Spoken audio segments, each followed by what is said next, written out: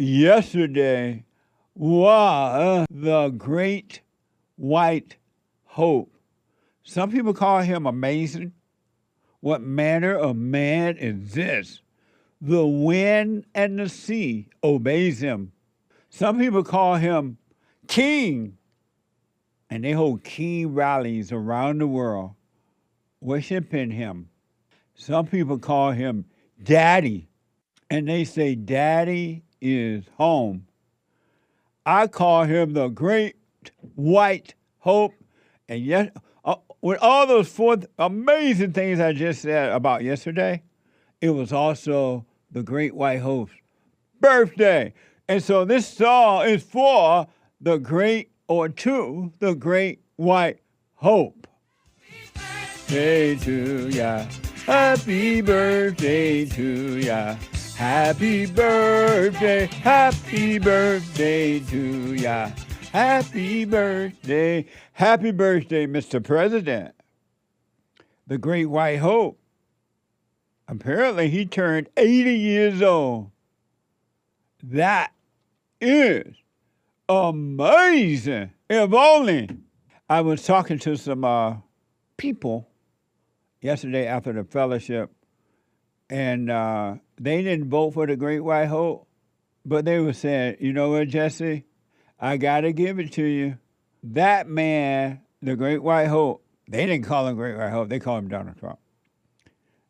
They're like, I've never seen anyone like this before in government, in the White House, an individual that stand on his own 2 feet.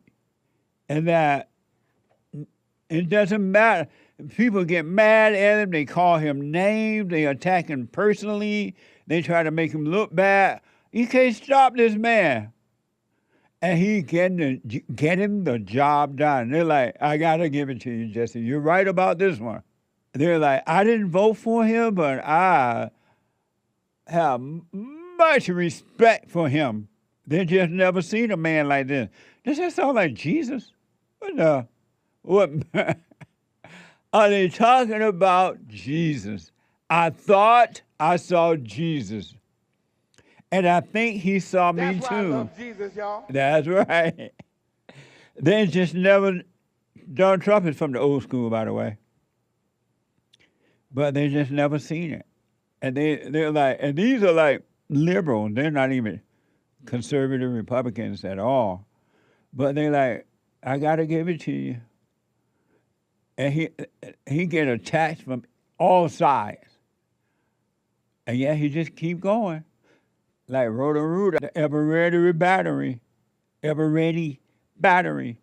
they're like, they never seen a man like this before. Amazing, huh? AP News. And so, happy birthday, Mr. President. And I hope you have 180 more. AP News, President Donald Trump turned 80 on Sunday. He celebrated with an initial agreement to end the war in Iran and hosted a cage fighting. I forgot about that. He even hosted a cage fighting, according to AP News. And they say, not me, but they say it is event on the White House South Lawn, something once unthinkable. They never thought, let's have a cage fighting on the White House lawn.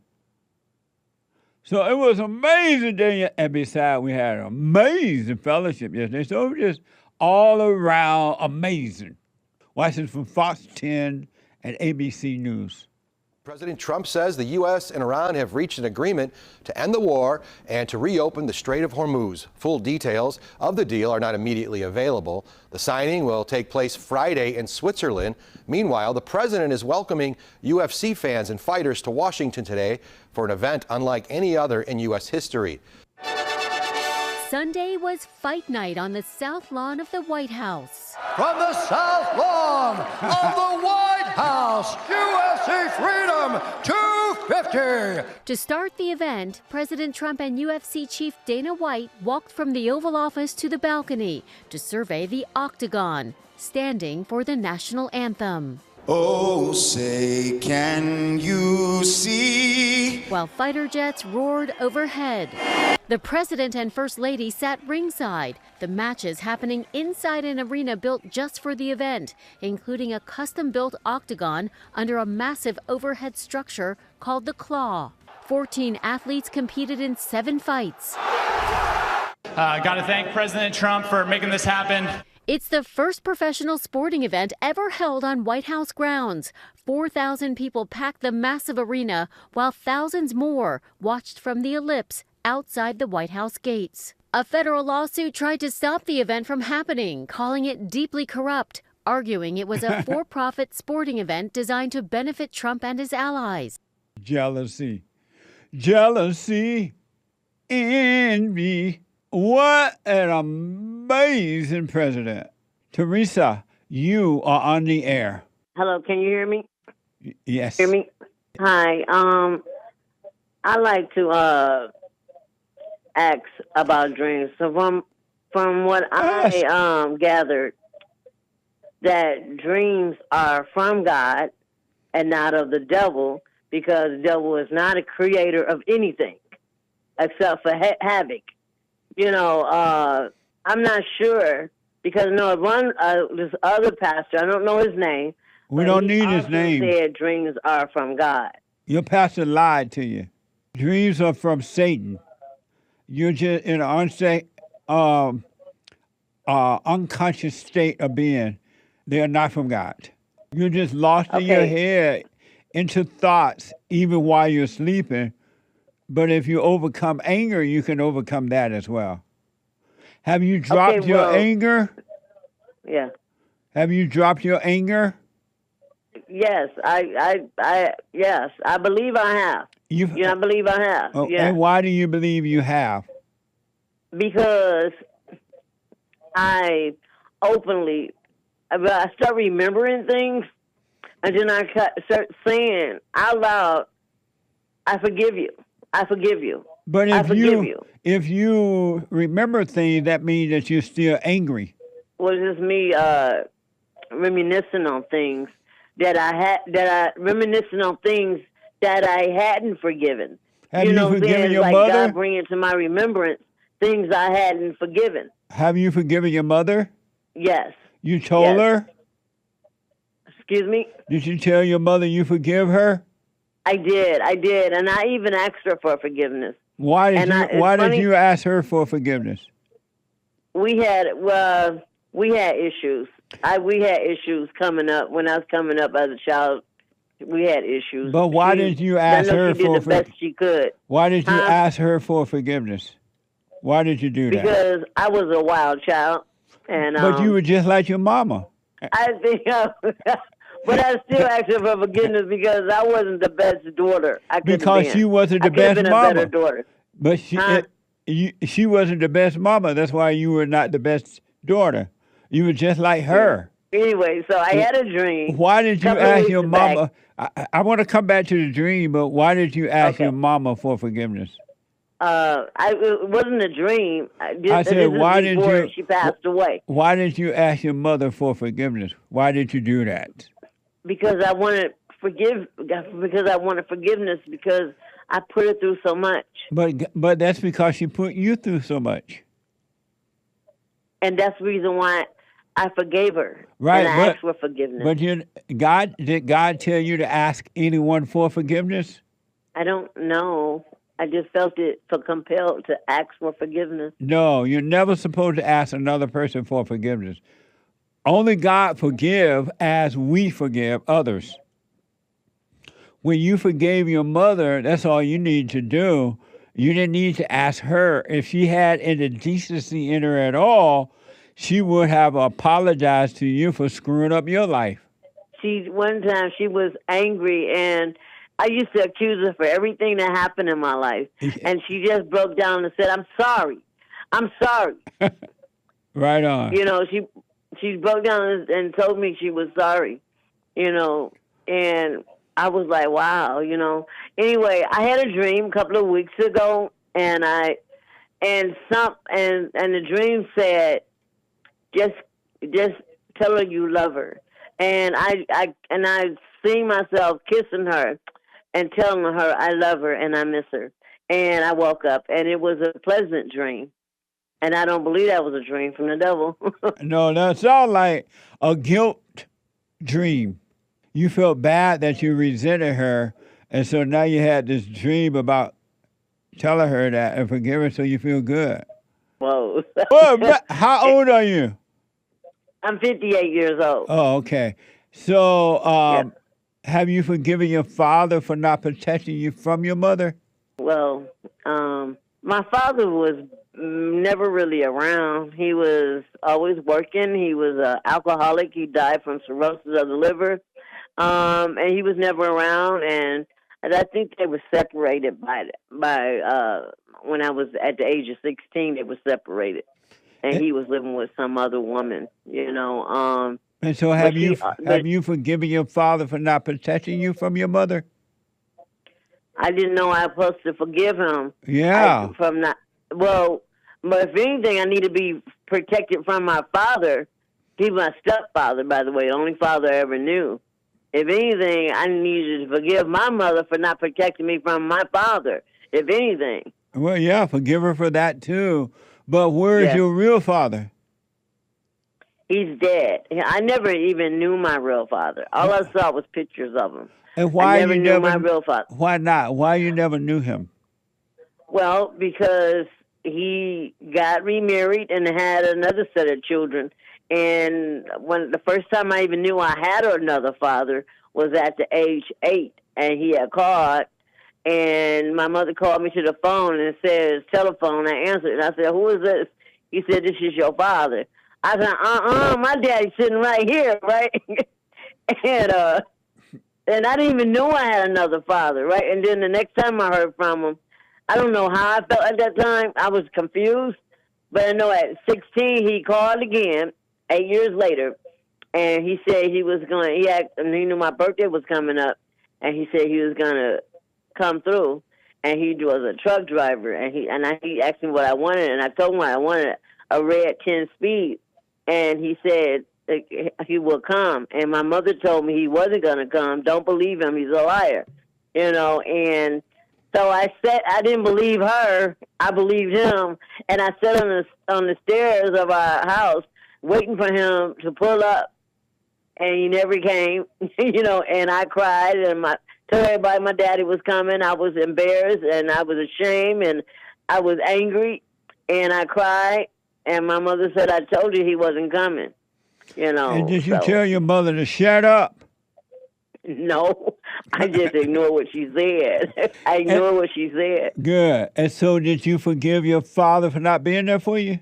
You know what? It's funny because I don't think I did. Why not? I don't think I have. How would God forgive you if you don't forgive your father? Well, I'm trying to.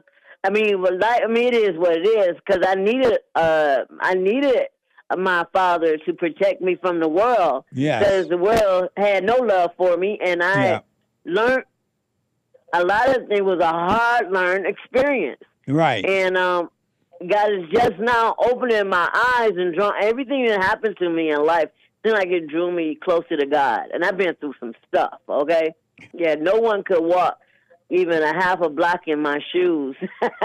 You know, that, my life wasn't easy. And so you need to forgive your father for not being there. He loved you. He just didn't know how to deal with the hell in your mother. Okay. Wow. Okay. Anyways. Have you have children? I do not. I'm 58 years old. I don't have any children. I have a dog. I got a host of nephews and nieces. Oh, okay. But I don't have any children. Oh, okay, good. But you got to forgive your father so God can forgive you, and then do the silent prayer so you can, so God can catch up with you. The truth can catch up with you and bring you out of your imagination and set you free. Okay. What is the silent prayer? Go to rebuildingtheman.prayer. Wait a minute, write this down. Okay. Rebuilding the man. 1 second. Okay. Rebuilding the man. Yeah, rebuildingtheman.com/silent prayer. Okay. And I want you to start doing that so you can calm down and the truth is going to catch up with you and bring you out of the darkness of your imagination and make you free. All thoughts are all lies all the time about anything. Yeah. Okay. I want you to Okay. start, and that way, right now you still do a little hooping and hollering prayer if you want, but once you're done hooping and hollering, be still and know God. Well, I pray in my mind. No, you can't I pray pray in your out mind. loud. No. I pray out loud. And who are you praying to when you pray out loud? Well, I to God. But God not hearing it. Have you noticed those prayers are never answered? Actually, I beg to differ for now because I asked for supernatural deliverance because I was heavily on drugs, and then I woke up the next day without desire for drugs, and I haven't had drugs since, and I haven't had desire, haven't had any using dreams. They call me using dreams. Haven't had any of that. It's like God truly delivered me. I cried out loud to God. So what you start doing in the place of drugs? You overeating? You over what now? Well, I do overeat a little bit, but now I'm starting to walk on the track now, and I've cut back on overeating. Yeah, I don't overeat anymore. You stop doing drugs, but you start pigging out. All right, and now I don't. It's all a process. I believe it's all a process. Well, do the silent prayer, right? Yeah, until I figure it out. I'm just trying to figure stuff out. I'm trying to let life flow, and actually come to the knowledge of the truth. Yeah. And understand what it is that I truly desire, and I do desire a lifestyle, evil-free lifestyle, or a guilt-free lifestyle, or regret-free lifestyle, yes, a Christian lifestyle. Right. And it's not about hooping and hollering because I don't hoop and holler. It's not like that, And when I drive, I listen to gospel music, and some of them really resonate in my spirit. And I just have to raise my hand while driving and say, "Thank you, Lord," because it resonates in my spirit. Some songs, Okay, let me tell you this because of time.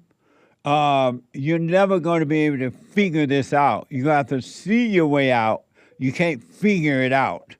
If you do the silent prayer and you do what it tells you to do, you're going to see your way out of these situations because you're never going to be able to figure them out.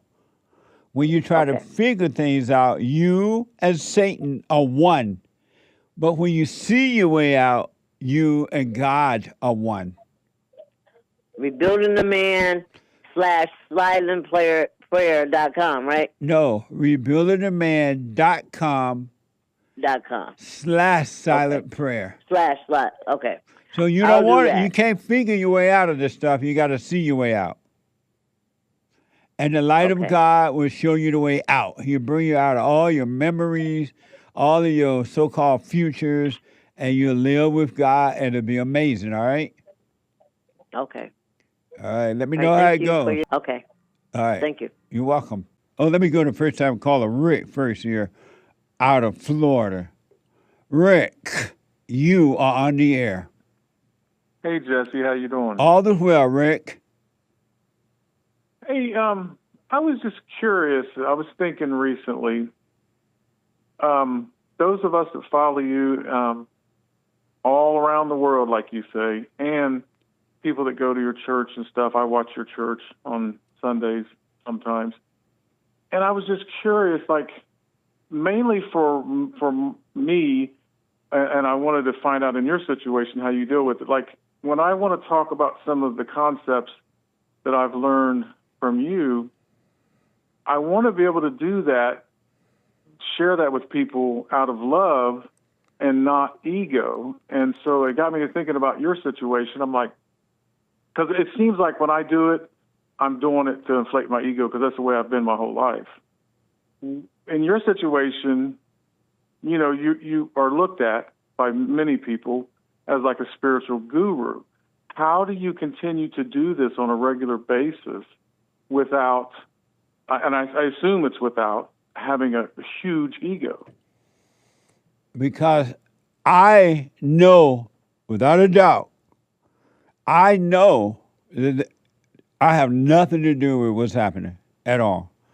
And I know that I'm being taught as I'm teaching. So and then I don't think about, I never, ever, ever, ever, not for one, think about what people thinking about how they see me or how they see this or that. That's on them. I know where it come from. And so, and in knowing that, there's no way I can take credit for it. So I'm not into the ego thing. I'm black. I don't even have sense enough to do this.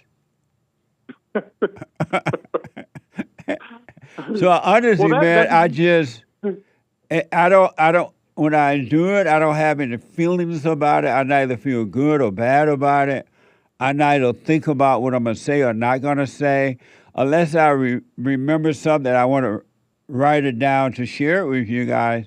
But other than that, I'm just here and the words are coming in and it happening on their own.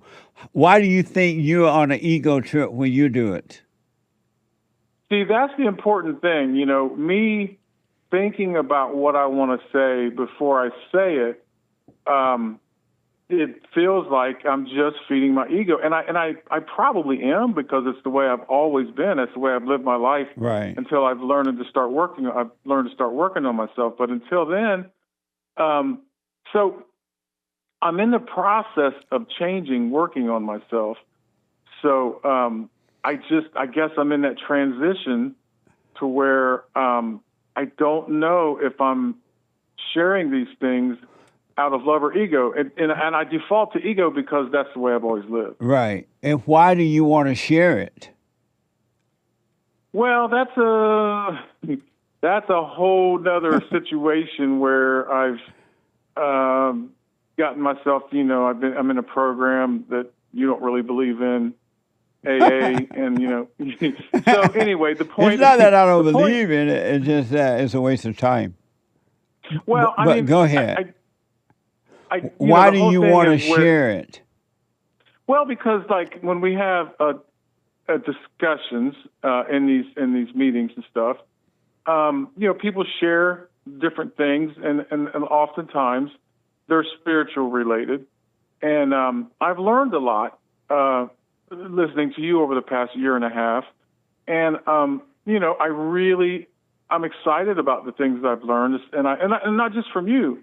Right, as a matter of fact, I think I've learned more from silent prayer being revealed to me in silent prayer than I've learned from you. I don't know. I listen to you a lot, so I don't know which. But I do want to say these things. I don't talk a lot. Why do you want to say them? Can you hold for a minute?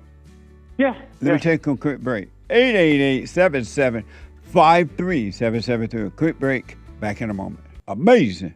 Let me go quickly back to Rick out of Florida, first-time caller.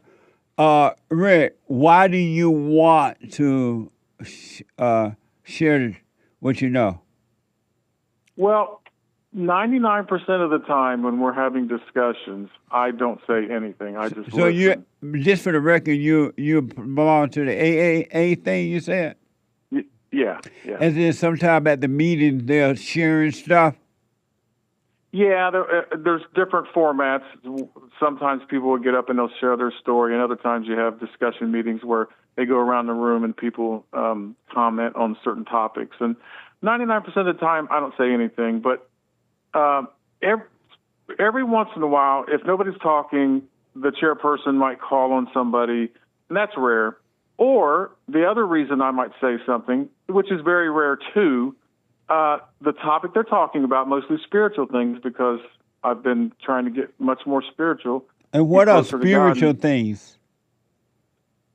Oh, I mean, it could be anything, regarding, God in your life and how you're trying to get closer to God. All kind of different topics about God and spirituality. But what are spiritual things? How God is affecting people's lives. And why do you helping them call stay that? sober. Why do you call that spiritual? Oh, well, because I guess because I feel like that spiritual. That's what I am, a spirit, and I'm living in a body. And why do you say that? How do you know that? Oh, I don't know that. But so why do you say it then? Well, so I guess I could only say things that I'm certain about. But why do you call what you guys talk about that A means spiritual things? Oh, no, what I'm saying is that what I meant by that was, so the chairperson will put out in a discussion meeting, ask people if they have things they want to talk about. And sometimes they'll talk about, God and spiritual matters, or it could be anything else. And what are spiritual matters? Well, to me, that would be, how God is leading, how I'm trying to stay in the light of God and the truth, and I'm developing this as I go along. So, and so why do you? So you said that when you speak, it's ego reason, right? And so I ask, why do you want to tell it? And that's what I was going to say. So. Sometimes you'll be called on, and you could say I'll pass, or you could say something. But that's one reason I might say something. Like I said, 99% of the time I just listen. The other one might be as people talk about how God is in their lives. I might feel inspired about some things that was either revealed to me. Like I want to ask you before I hang up, I want to tell you something that was just revealed to me in silent prayer no more than an hour ago. But so I might, have some revelations that I got from silent prayer, or some things that I heard from listening to your program that I might feel inspired to talk about. And but it just seems like it's ego. If it's ego, why would you think that it is inspired for you to say it? If you feel that it's ego. Well, and that's why I called. I'm not really sure. It's just that all of my life I've lived in my ego and my imagination. I agree with your teachings. I 100% agree with that. But I'm trying to learn to come out of my imagination now, and so I've lived somewhat out of my imagination for a very short period of time, and the vast majority of my existence on this planet I've lived inside my imagination. So that's ego, that's old nature. So that's why I default to saying that it's out of ego. And when you're speaking at the meeting, you feel like when you do, you said that when you do speak, you feel like it's ego? I'm not sure. That was the crux of my phone call. I'm not sure if it's God that wants me to speak, or if I'm just or if it's the devil that wants me to speak. And so when you do speak, quote unquote, the truth, how do you feel about it when you do it? I feel like that. I feel that it was the right thing to do, but that little devil on my shoulder keeps telling me that you did that just to make yourself look big and wise, and you're an intelligent, wise dude, and all that kind of crap. So, and so when you're speaking at the meeting, how are you feeling when you're up speaking? Or sitting speaking? I don't know if y'all stand or sit, but how do you feel when you're doing it? You know what? Up until just recently, in the last year or so, that I've been working on myself, it was very, very difficult because I was very nervous. So maybe that was more ego. Now I am finding that when I speak, I'm not all nervous and stuff. So, maybe that's a good sign. And so when you're up speaking about what you know, what you've heard or whatever, how are you feeling about it when you're up saying those things, whatever you say? Well, I'm trying not to feel. I am trying to stay away. I want to be dispassionate, and that's part of what I'm working on. I'm trying to stay away from emotions, but I don't know that I feel anything really. I just feel like it's more like it's just coming out of me. Then why you call it ego? Because I've lived in an ego my whole life, and it's just, I guess it's just, I think, Jesse, I'm just in a transition to where I'm having a difficult time trusting myself, trusting God working in my life, I guess. And what does that mean? Well, how can you can't trust God that you don't know? Yeah, that's true. No, but what did you mean true. by that? Trusting God in your life? Trusting that the motivation that's happening, that whatever it is I'm doing, is coming from God and not from the usual evil that I've operated under my whole life. And how do you trust that? That's a good question. I don't know. I probably shouldn't. I probably should just, like you say, just let life happen. And so why are you trying to trust it then when you are not able to trust? I agree. I shouldn't. No, that was a question. Why am I trying to? Because I'm so used to it. That's my. Oh, okay. That's kind of my default. That's a good position. answer. You're right. It's a habit. Yes. Oh, before I want to say this before I hang up. So, Okay. I was just doing silent prayer, like I said, less than an hour ago, and it was revealed to me that a family with like adult children, and I'll leave little children out of it. I'm an older person, but cousins, aunts, uncles, husbands, wives, and everything. I'm starting to understand that close family members is more like a pack of hyenas than it is, because they're constantly pulling at each other, emotionally trying to manipulate each other, backbiting. So I'm just saying, I just wanted to say that it was revealed to me in silent prayer just today how much that happens, and I didn't realize it all these years. Yeah, you're absolutely right. Yep. Did you forgive your mother? I did. Yes, sir. Well, she's been gone for a while, but okay. I symbolically went to the graveyard and I knew it wasn't necessary, but I went to there and to my mom and my dad and the whole deal. And as far as wanting to share the truth, don't want it. Don't not want it and don't want it, and let it happen naturally.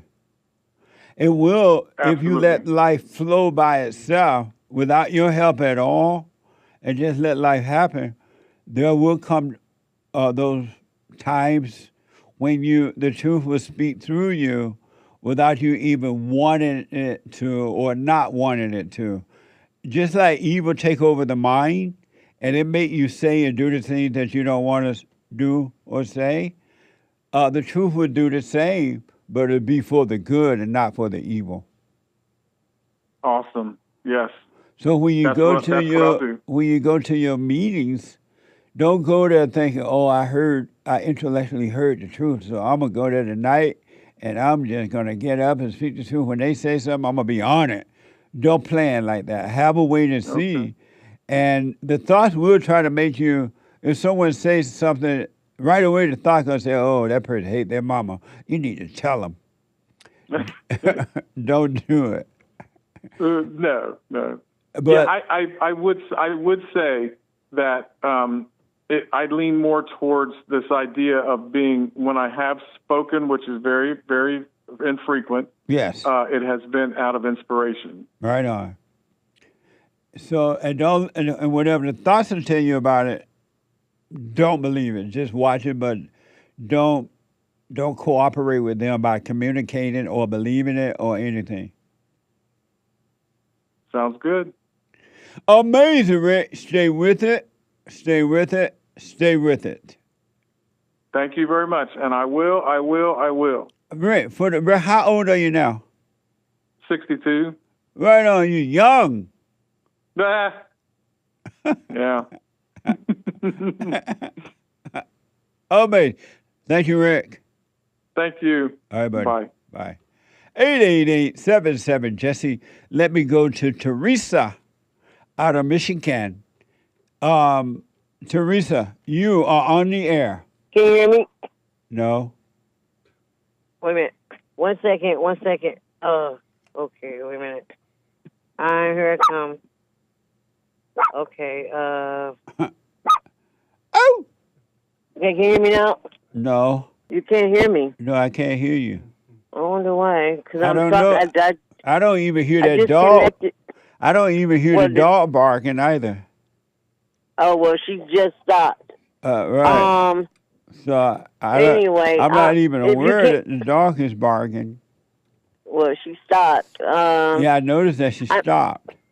But Yeah. not because I can hear her stopping. I just know she stopped. Oh, you just can't hear me. No, I can't hear you or the dog. Well, you hear me well enough to hear me say, can you hear me? Then I just need to make a comment. No, I don't hear I just you. need- No, I'm messing with you, Teresa. I can hear you. Okay. Okay, well, my thing is that Hillary Clinton in the background barking? it's Chili Twig. Boston.com. A 14-year-old boy was arrested Friday in South Boston in connection with the armed robbery of a children lemonade stand earlier in the week. So some of you might not know about this now because I don't think it's as popular as it used to be when America was amazing. White parents would let their little white kids go out on the sidewalk and sell lemonades right there on the stand, lemonade stand, to make little money for themselves, either for school or just for the fun of it. And the little kids would go out and set up a little stand and make some money from lemonade. Those days are behind us now. I've been trying to tell you, white people just want a first-class life. That's all they want. They teach their children to go to the best high school or whatever and get the best grades so they can go to the best universities and get the best education and then get the best job so they can have the best home and live in the best neighborhood and go first class when they fly, travel, and go hiking and go to Europe and just enjoy their life. Their little children to be able to go out in the morning and set up lemonade stands and let them learn to be entrepreneurs, even as little kids. That's all they want. They want to take a walk in the park, and just be free. Take a walk in the park on a day after work and just feel lonely. They don't want to be called racist. They don't want to be fighting with you. They don't want to have to be concerned you're going to break in their home when they leave or rob their children from a lemonade stand. They're children. Watch this from CBS Boston. Courtney, tonight this community is still pretty outraged that these kids were robbed at gunpoint at their lemonade stand, but they don't want children in this community to live in fear. So starting tomorrow at 5:30 p.m., they're taking that corner back where this robbery happened with another lemonade stand. He walked over here, he said I might need to take the box, and he grabbed it with one hand, and then he showed us the gun, which was right here. Just one day after having a gun pulled on him and his little sister at their lemonade stand, 12-year-old David Byrne and these young entrepreneurs are going back to business at the very same spot where it happened. They're determined not to live in fear. My sister, she put her hands up, and I just said, you could have it. But after that, I just was like a little annoyed because we were 12 and 11, and you shouldn't really do that. New video shows the masked juvenile suspects who police say robbed David and his 11-year-old sister at their lemonade stand along West 9th and East Streets. Police say the suspects first said they had no money, asked about Apple Pay before snatching the kids' cash chests. Amazing, huh? See how you see now why white people are more innovative and motivated and build stuff? They even start teaching little children how to be that way.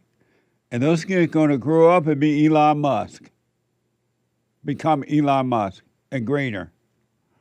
But they can't because these people are going around robbing them. A 14-year-old boy, according to the story, along with another boy. I think he was 15. I may be wrong about his age, but he was a young kid too. What do you say about this kind of stuff?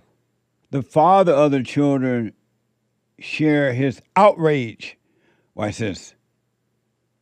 We first shared their dad's outrage last night. It's outrageous that in such a good community that we can have something like this happen. I think we need some more presence around in order for this to never happen again. Now the community is rallying behind the Burns, taking a stand against violence. Family friends Nicole and Jonathan Rollcole are mobilizing the lower end lemonade stand to take back their streets. I'm angry. I'm angry that this happened in this community that we love. 50% of the money raised will be donated to a local gun violence prevention group. It's safe, it's fun. They literally do this every day. And this is one thing that happens. So of course it's awful, right? But we want them to know, like, we're not going to stop them playing on the streets. We're not going to stop them hanging out with the kids around.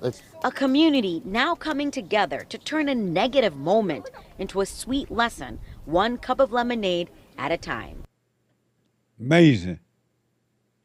This is what happened in the other white countries, folks. The exact same thing.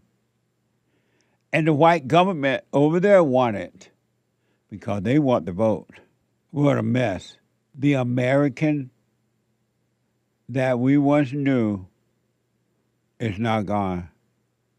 I remember when I would go and live in Indiana for a while, you would see little white kids out on the sidewalk selling lemonade, and you would support them by buying lemonade even if you didn't want any.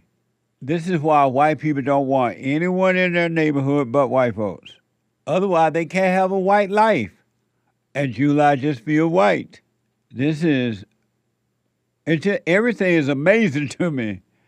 The government set it up. The government divide and conquer.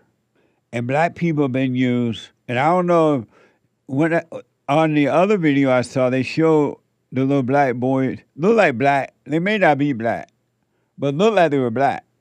They have been accused of robbing the place, the lemonade stand. I could be wrong about the color, right? But they showed them going around and around until they finally went and robbed the thing. And they looked like they were black. And they said one has been arrested, and if you notice, they have not mentioned the race of the person, so they're definitely not white. If they were white, you already know that. You would have seen them in the very beginning, white boys walking around doing that. Don't tell me that human beings are not evil. Oh, let's find something good in others. You hear the women saying that especially. Oh, let's find something good in others. You ain't gonna find nothing good in someone. What's up? It just ain't gonna happen. You can't, a little kid cannot, brother and sister or little kids, white kids cannot set up a lemonade stand. It's bad enough they're going into the 7-Elevens and all these stores are doing this. Those are the kids, the people that did it. Are they black or they're like little foreigners? It's hard to tell. Yeah, maybe for you, if I could zoom in, but the one on the left has dark skin. Oh, he does? And the one on the right has lighter skin. Yeah, it does seem that way. What a mess. And those are just the suspects from Fox. Those are the suspects from Fox. They're showing pictures of the suspect that been accused and allegedly robbed the lemonade stand for the little children. Amazing! And it's gonna get worse. The unfortunate thing It is too far down the road now to turn around. It's too far down. It's gone. There's a little saying they say, kick the can way down the road, now you can't bring it back. Something like that. What a mess. Grandpa, tell me about the good old days. And there were good old days when America was America. Would you rather have a segregated country, segregated or integrated country? Which do you prefer now? I'm being told that the second suspect was 11-year-old Boston. Was 11 years old. That's from the Boston Herald. The seventh suspect from robbing the kids, according to the Boston Herald. 11 years old. Back in a moment. Amazing. So an 11-year-old and a 10-year-old, I think, 14-year-old, 11-year-old, 14-year-old. What are they doing with guns? What are they doing with guns? While the normal citizens who are not committing crimes don't even have weapons. What a mess. I wanted to have a little bit more information about those two suspects, the 11 and the 14-year-old, robbing the little kids' lemonade stand. The children described the little kids that was there, the little white kids. They describe the suspects. According to the report, one was described as a dark-skinned black male, about 14 years old, wearing a black Nike shiesty. What's a shiesty? You ever seen those head coverings that only leave the eyes open? Oh, okay. So a black, dark-skinned black male, 14 years old, wearing a black shiesty. Black shiesty. Yeah, Black, you may have heard them called balaclavas, maybe, but a rapper made them famous, so now they're called shiesties. A black shirt, unknown color shorts, and high white socks. This suspect displayed a black firearm in a waistband. That's from the Boston Herald. We played, I believe we played it yesterday. Some black guy was doing a show, and he was suggesting that all black people need to just move back to Africa and build Africa, and then so that they can have an economic effect on America. What the?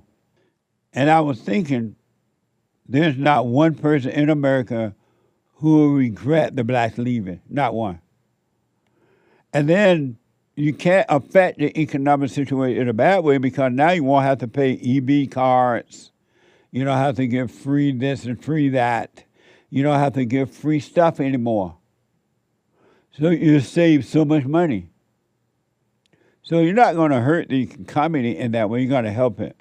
It's unfortunate, but I understand that evil can do this through human beings. And not only can do this, is doing this. Over in Belfast, everything is happening the same way around the world because human nature is the same around the world. That's why we must be born again of love. Everybody's the same. Everybody got the same problem. The devil tell everyone the same thing. Different languages, but the same spirit.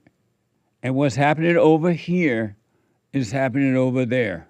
The Financial Express is reporting that thousands gathered in Belfast on June 13th, this past Saturday, for an anti-racism demonstration, following several days of unrest and attacks targeting ethnic minorities. Watch this from Channel 4 News. After nights of riots, disorder and streets set alight, Belfast saw a different scene today. Thousands gathered in an anti-racism rally. Their message: we must stand up against violence and hate and be as loud as the rioters. This is the real Belfast. Like, we need to work together, both sides of the community, to say that all people are welcome here. And I just want to say that the people who were out rioting do not represent us. Every single time that fascism wants to breathe, we need to suffocate it. Particularly as a white person, you need to sit in your white privilege and be loud and be at the front and make sure that you're the person carrying the brunt of this. That's not the Belfast that I know, which is primarily a city of welcome, of love, and people who stand against racism. So that's why I'm here to stand with my neighbours who maybe weren't born here, that they are welcome, that this is their city too, and to call out the politicians who, I'm afraid, with some of their inflammatory rhetoric, have fuelled the violence this week. And this is what they reject. Masked men taken to the streets, burning buses, throwing petrol bombs and blocking roads. Anti-immigration protests erupted on Tuesday night after footage captured the moment a man was violently stabbed in the street before passers-by came to his rescue. Hadi Al-Odid, a 30-year-old Sudanese national, was charged with attempted murder on Wednesday. 40-year-old Stephen Ogilvie lost his left eye in the attack. He remains in hospital as he recovers. His family said they do not want this terrible tragedy to fuel hostility. Amazing. So, according to a report, a quote-unquote immigrant tried to behead that guy. And the whites, some of the whites over there in Belfast said, you know what, we're fed up with this. The white women's being raped, robbed, murdered, and now beheaded in the street. And our government want this to happen. They let all these people in to treat us this way. And we told them, no, stop it. And they let them in anyway. And finally, the white people start fighting back. And they're called racist. So these other stupid white people coming out, attacking the white people who are finally standing up for their country and tell them, oh, they're racist for doing that. But when it happened the other way around, they don't call that racist. When the illegals or the immigrants rally and fight and steal and kill, they don't call that racist. They call that, oh, you poor, you come from a bad country, you needed this, that's fine. In this case, Sudanese immigrant, that, according to a report, they did that. Lord, even over there in Belfast, the blacks are in it on it too. Oh, we're racist. We tired of being worried. We worried that somehow or another they're going to get us. Black attendees said they were being depressed and worried since the recent attack targeting ethnic minorities. Watch this from RET News. What's this? I've been here 10 months, and my experience here so far has been, well, not so far, up until the last week has been amazing. There's really good people around here. I've been scared. I've not been out for ages, honestly, not since last weekend, and I've just been really depressed and worried about my neighbours and my friends, and generally my mental health is just taking a serious dip. My culture is not alien. I'm a proud Nigerian. I have German nationality, I have British nationality. Those cultures are not alien. The culture that is alien is the culture of violence. So the solution is, if you haven't been out of your house in ages and you're afraid, go back to your country. That's all you have to do. Just go back home. You're in the white man land. You don't have to be there. You don't have to be afraid anymore. Just go back home. And then you won't have to stay in your house. And then you won't have to be afraid. Why live in a land that you came to on your own and now you're afraid in the land rather than going back home to your land? That is a simple solution. You ain't that afraid. Somebody lying. You ain't that afraid. You won't go home. If the white man is so cruel to the point you're afraid, go away from his house. Leave and go home. Back to your own country.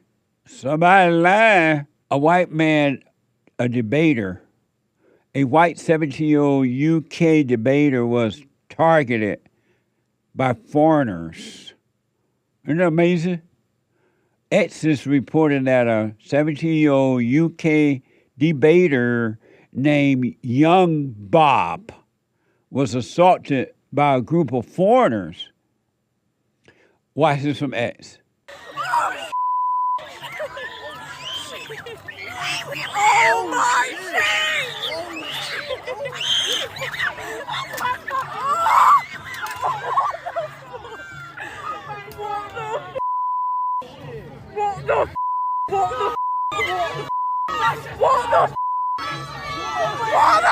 Amazing. So those very white people that were, and the blacks that were marching, stand up for the migrant. Are you going to stand up for Bob? He's white. And according to the report, this happened in his own country by a group of foreigners. Are y'all going to come back, white people, and stand up for Bob? Or are you going to do what you did right now, just stand back and laugh at Bob being attacked? So when the citizens of the UK stand up for white people and you call it racist, oh, no violence. We're not for the violence. We're not going to happen.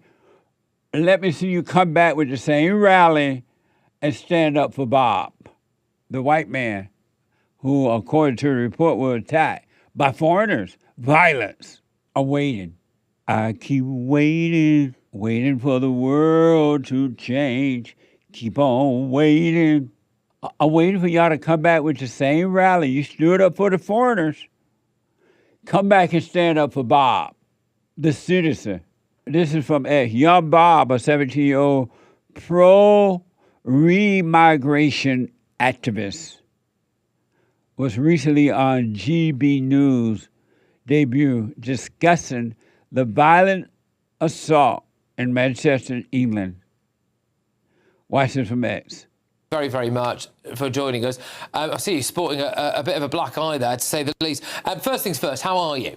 I'm doing well. I'm concussed, so I've just been told don't go to sleep and eat plenty. However, this has only just encouraged me to go out more, obviously with security. So go on. What were you doing? Where were you? What's your kind of usual thing? Because you go out and you try to have conversations with people, don't you? Yeah, so I have been doing public debate since I was 15. So I do public debate stands at universities, either invited or just outside of public property, and I also do it on the streets, talking about right-wing policies. So I'm trying to go out there and say, look, people like me exist. We can be amicable with each other, but know that people like me exist and people hold to my views, and this is why I believe in them. Amazing. It's so interesting to me that when the people of color attack the white people, the other white people come out and support the people of color.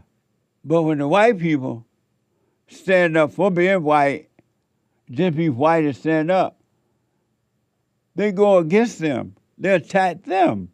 That is mind-blowing to me. In their own land.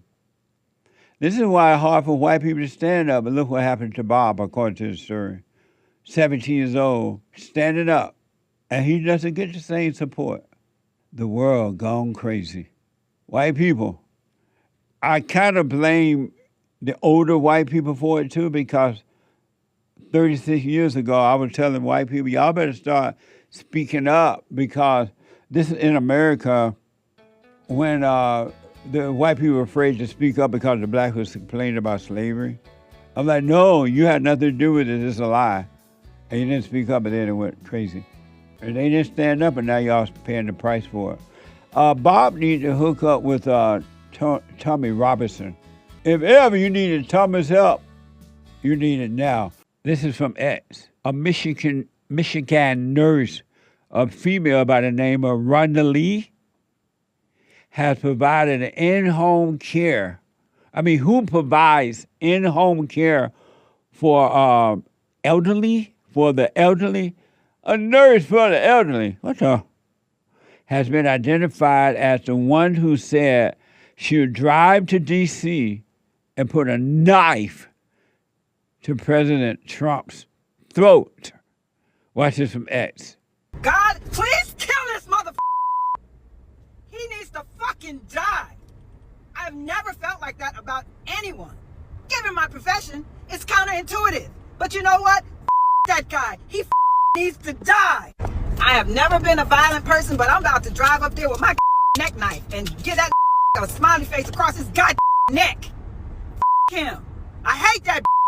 See the hell in her? How would you like to have that as a home health nurse? She come to your house every day and be your nurse. What would happen if she came one day in that mood? So when she walk in, those patients, y'all better look and see if she has a knife in her purse. Isn't that something? That's evil. That's not love. Donald Trump never done anything to her. And even if he had, that's not a reason to hate. That is insane. But that's evil. And you know the interesting thing about this female and the situation she's dealing with, according to X, is that it's not her. It's something inside of her. And that same thing is inside of you. It makes you feel sad. It makes you stressful. It makes you lonely. It causes you to be depressed, suicidal, worry about tomorrow. It's the same thing. And the interesting thing about that, and this is like mind-blowing to me, really, this is like mind-blowing to me what I'm about to tell you. If I didn't see it, wasn't allowed to see it for myself, I would not believe it. Ain't no way I can believe it on my own. This female, with all of that anger, and according to the response from X about Donald Trump, she's still your sister, my sister. She is still one with us, with those men and women who are overcoming that. And what's happening is not her. Your sister is sick. Sickness has made a home in her body, but it's not her. And that's why you can't judge. You can't judge that woman carrying on. You see the evil in her, and you better watch out. I wouldn't want her to be my home health care nurse, that's for sure. But you can't hate her, because if you judge her, you're judging Christ. Isn't that amazing? You still must forgive her. That doesn't mean you hang out with her, though. I wouldn't take the risk. But you can't judge her. If you judge the least of them, you're judging Christ. If she hurt someone, you put her in jail. But you can't judge her, because it's not her. She is, behind all that mess, wishing the devil, but God put her here on earth as he put you here, and me, and everybody. And we got to love one another. Love your enemy. You can't hate that female. I want to show you one more time what she, according to X. And just think about that. All that hatred, and she's talking about if she could drive to D.C. or go to D.C., she'd slash the president's throat. The president of the United States. I want you to, without judgment, watch this female and see the hell in her. Look beyond. Don't think of it as her, but watch the hell in her. Speaking through her, reacting through her, talking to her, and then if she can calm down, you ask, what did he do to you? She'll be like Whoopi Goldberg on The View with the vice president. She won't be able to find out anything he done to her. Just like you can't find anything that anyone has ever done to you that would cause you to react. So I want you to watch this with a different mindset, a clear mind. From X, Michigan nurse, a female by the name of Rhonda Lee, who provides in-home care for the elderly, has been identified as the one who said she would drive to D.C. and put a knife to President Trump's throat. Watch this from X. God, please kill this motherfucker. He needs to fucking die. I've never felt like that about anyone. Given my profession, it's counterintuitive. But you know what? That guy. He needs to die. I have never been a violent person, but I'm about to drive up there with my neck knife and get that a smiley face across his goddamn neck. Him. I hate that. Do you see Satan in her? Working through her body, her mind, and reacting through her body? That's what you do when you react to any given situation. He's working through your mind and through your body, and you think it's you. I never heard of a knife, throat knife. Have you heard of that, Anchor Bay? Of what? A knife made to cut your throat. She said something like she had her cutthroat knife or something. She seemed so mad that she wasn't even speaking right. Oh, and what intuitive? Intuitive? Yeah. She said that she a homeless customer, and that's intuitive that she cut her throat. What does intuitive mean? That you could discern or like figure something out without thinking too much about it. That it would be obvious. If something is intuitive, it's like natural. It's like obvious. It'd be the obvious course of action. So if she's saying that that's the obvious thing to do as a caretaker, I don't know. Can you see the devil working through her, speaking through her, talking to her, her body reacting, and the devil making her body react that way? For sure. You can see it pure clearly? evil. Yeah, no, it's pure evil. There's nothing rational. Because think about it. She posted this. Yeah. There's no thinking to this. You understand? Like it's evil. There's no thinking to that because someone even thought a little bit. They'd be like, "Oh, wow, I'm posting a crime. I'm talking about a crime and posting it." Like that's evil. the devil in her. Right. That's why in the word it says, "Judge not, that you be not judged."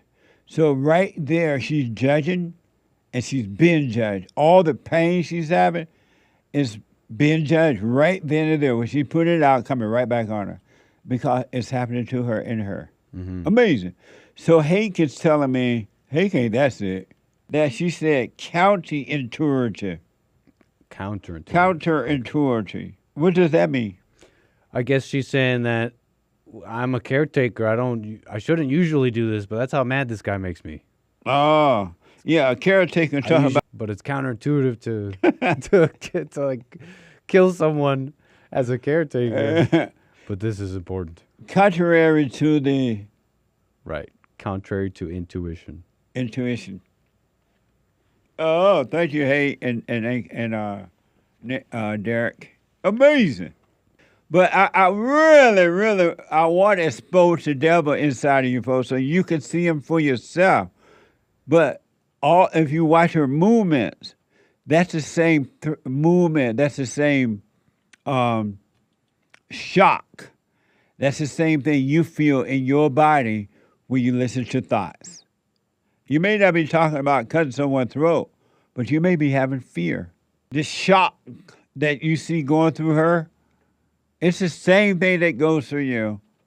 But most of the time, you don't pay attention to it, and you call it you. You saw an earthquake happen there through her.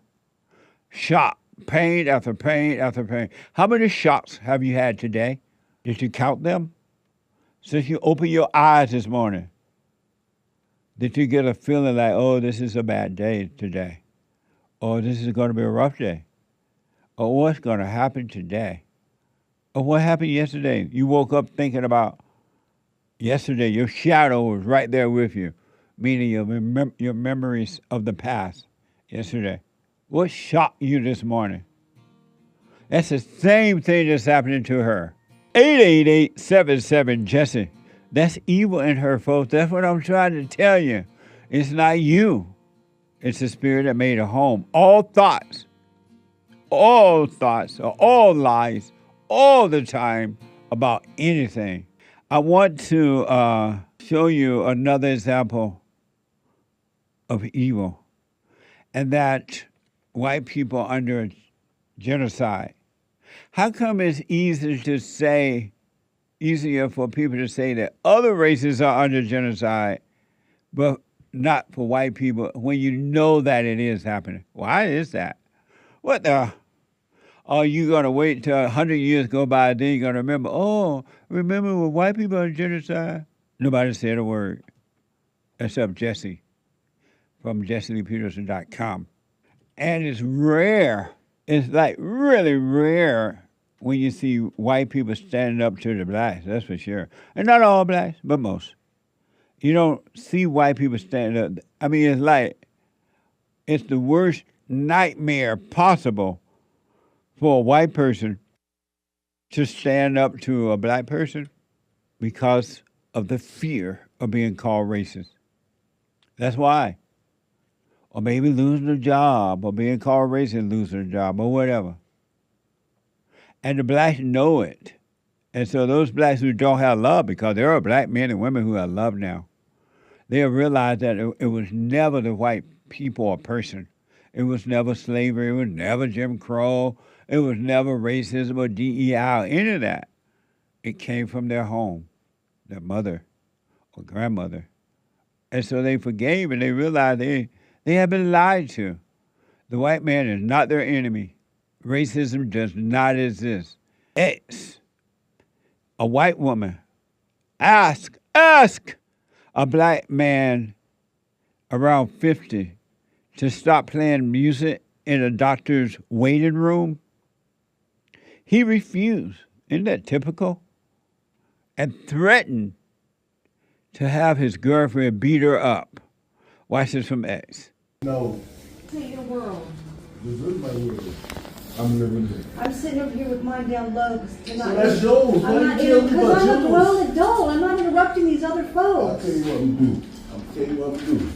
I'm going to sit over here. Okay, I'm supposed to keep my damn phone on. You're acting like a 12-year-old. Come on, man. We're like 50 years old. Really? All that? Yeah. Does that make you feel good? Yeah. I hope so. I hope so too. I hope so. You know I know. What are you gonna do? Yeah, what are you gonna do? Curse your up. That's not gonna hurt me. It's gonna show your maturity. I asked you, you don't know who you're dealing with. What are you gonna do? Meet me outside and shoot me? Is that what you're gonna do? No, I'm gonna let my girlfriend beat your Because I asked you to turn your phone down? Grow up. Stop talking to me, man. Grow up. A white woman doing a white man's job. What the? And it sounds like he did say, I'm going to have my girlfriend beat you up outside. That's funny. She asked, we going to go outside and shoot me? I wonder why. This is hell on earth, folks. And you cannot live in fear. Only way you're going to overcome hell, you got to go through the fear. You got to overcome the fear. And once you overcome fear, it doesn't mean you're going to be doing crazy things. You're not going to run around yelling at black people or anyone else. But you got to overcome. And it's just unfortunate that white people have been blamed for everything in their own country. And so this black man is acting that way.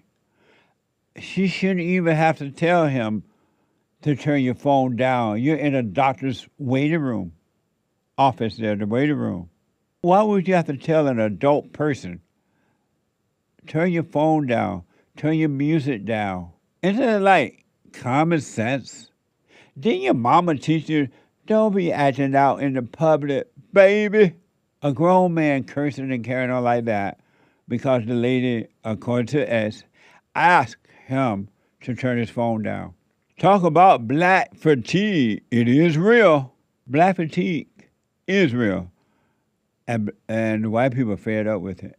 Really, they're just sick of it now. It's like being in a bad marriage and you fight so much, arguing so much, day in and day out. Then finally you say, you know what? I'm just fed up with this. I'm out of here. Bye. What a mess. This is hell on earth. But you got to forgive. You got to forgive your mothers. You got to forgive your father.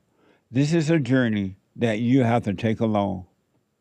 You have to become, and you can become like the Great White Hope. You can become your own man, your own woman. You really can. But you got to work on you.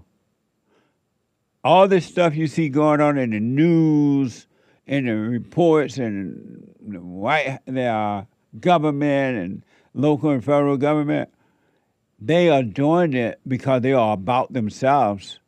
And they keep your attention by creating all these thrills that make you watch the news, make you watch this report and that report, because they need you to be unaware so they can use you for a reason, money and power. That's all it's about. It's about nothing else. It's not about love. I wanted to show you one quick soundbite and then I get to your calls. Because this is hell on earth. Are you starting to see now that it is hell on earth? but it's inside of human beings, and human beings put out there on the earth what's inside of them. They're evil. There's nothing good in human nature. Human nature is wicked. No such thing as a good human being. And that you can bank on and never worry. And never worry. I want to show you these people. This is called jealousy of rich people. That's what this is and nothing more. Human beings are evil. Jealousy is not good. I've never thought that one day humans in America would be so jealous of the rich. Who made them think and feel that way? Who encouraged this? It wasn't always this way. In America, you could be rich, you could be poor, you could be what you want to be. But now, they are jealous of the rich. Exodus reported, children ages children ages roughly 8 to 12, dressed in pink gear, protested outside of Elon Musk's Tesla diner in Los Angeles, using microphones, middle fingers, and chalk drawing while chanting against Musk as part of a Tesla takedown campaign. Did I hear that in the news right now? You reported on that? No. Oh, okay. Watch this from X. Stupid fries that innocent children die. Racist! The one to rape! Oh, look at you! Amazing, huh? Children. White. They appear to be white. These parents do not love their children. They hate their children, and they are using their own children for personal thrills. Can you imagine that? Look what's happening in my country, and it's going to get worse. Those parents hate their children. Really, no love. And those kids have no idea what they're doing, believe me. They're doing it because mama and daddy let them do it, and it's all for the thrill. They're getting a thrill from it.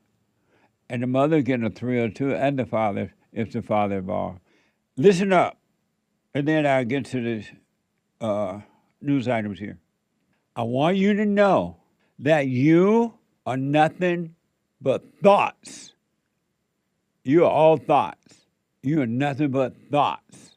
Think about that. All you are thoughts. And in your life, you think that you're going to resolve your issues by thinking your way out of them, by thinking what you can do. And the reason you do that is because you want to take credit for your own life. You want to say, I worked out my own life. I resolved my own issue. I am in charge of my own life. You want credit, and you're nothing but thoughts. But what you haven't paid attention to, or maybe you have, and then you just went to another thought, is that you're never, ever, ever, but never going to think your way out of your situations. It's not going to happen. You're never going to think your way out of your problems. It's not going to happen. All you are a bunch of thoughts. Let me ask, I was thinking of this morning. How many of you had a stab already this morning? A stab when you woke up and the first thing you had was a stab about how your day gonna go. What happened yesterday? How will I resolve yesterday's issues? What will people think about me today? Will they smile? Will they like me? Will I do good or will I do bad? Or you had a thought about the past or the future. You had a stab already. And what did you do with that stab when it happened? What did you do with the stab when it happened? And you had the stab, raise your hands. How many of you had a stab already this morning? Raise your hands. Be honest. And what did you do when you had that stab? When it happened? A stab of worry, depression, suicidal. Already this morning. How many stabs have you had already? And what did you do when that stab happened? You went right back to your thoughts. Oh, I better go hide. Oh, I better call mama. Oh, I better apologize to my wife. Or to the lady, I better apologize to my husband. Oh, yesterday I made a fool out of myself. Will they remember that today? I lost or I won. You went right back into your thought. I got to go in hiding. You went right back into your thoughts, All you are a bundle of thoughts. That's all you are. And you've been trained to be that way from the moment you popped out of your mama's womb. They trained you to be into thoughts. And as a result of that, you simply love your misery. You love your misery, and you refuse to give it up because you refuse to give up thoughts. You refuse. I've told you over and over again, it's just a thought. All thoughts are all lies all the time. But you don't believe that. And every time a thought comes, the first thing you say, oh, poor me, or good me, I'm happy today. You still think that happiness is an emotion because you're thinking that it is. You've been told that it is, and you've had all these false happiness. And what do? They come and they go. And now you're thinking, oh, how do I get it back? You love your nasty life, your miserable life, your fake life. All you are just thoughts, body of thoughts. And because you're unwilling to give them up, you will always have your misery. Your so-called good misery and your bad misery, both are misery. There's no peace in it, no happiness. It's a fake happiness. Isn't that amazing? You're just a bucket load of thoughts. And you think you're going to solve your own problems. You think you're going to think your way out of them. Oh, and you think tomorrow is going to be better. Or next week are going to be better. When the gas prices come down, I'll be better, you say. When the oil prices come down, when the food prices go down, I'm going to be better. I'll be able to travel. I'll be able to have the food I want, you say. Bunch of thoughts. That's all you are. And you will not give them up and discover that there is a life without thinking. And in that life without thinking, you see your way out of every situation. You see your way out because you're never going to think your way out. All you're going to do is create another situation. That's all you're going to do for yourself. Create another problem. Oh, this is a bad relationship. I know what I'll do and go and find me a new one. I'll go to the church and find me a better relationship. Or I'll go to the bar, or I'll go to the football game. You're just a bucket load of thoughts. That's all you are. And then if you don't change, you're going to die that way, and it's not going to be pretty. You don't want to let the source that put you here on earth, somebody put you here. You didn't put yourself here. You don't want to let them take over and let them show you out of your situations in life. You don't want to let that happen. You don't want to let the source that put the greater power, the one that has all power, the one that's involved in all life, every aspect of life. He is life. And life put you here on the planet, and you do not want to let life take care of you. You reject it. You reject it. And you go into the darkness, into thoughts. And you truly believe. What's so crazy? You truly believe what you think is true. You think that what you think is true because you have nothing else. Even though it doesn't work, you still think what you think is true. And you go from one thought to another, and you just love it. You love the fear of it never working out. You love the fear of maybe tomorrow will be better.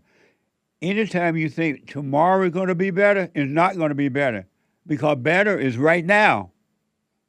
Better is right now. There is no tomorrow. If you ain't better now, you ain't going to be no better tomorrow. It's not going to be better tomorrow. And this you can rely on and never worry. You got to stop thinking. Oh, but what will I be? Who will I be if I'm not into thinking? If I don't think about what others think about me, or I don't think about the fact that they looked at me in the wrong way, or I don't think about the fact they didn't smile this morning, or if I don't think about the fact that I don't have this or have that, or if I don't think about the fact that he didn't do it my way. He didn't do it my way, she didn't do it my way, so it ain't right, because that's what I think. I didn't get nothing out of the deal with Iran, so if I ain't got anything, if I didn't get anything, it didn't work, and it's supposed to be. I didn't want to go to war because I didn't get anything. Thinking. The president went to war. He said he was never going to war. He went to the war. Now he went to war anyway, and he went for Israel. I don't think that's right, without any understanding. You love your miserable life. You love it. You love it. If you didn't love it, here's a perfect example, right? If you didn't love your misery, your fake happiness, because emotional happiness is not real. It's fake. It's phony. And then you try desperately to stay in that mode, and then it drops. Now you're like, oh, Lord, I got to get back up. Let me take another this or another that.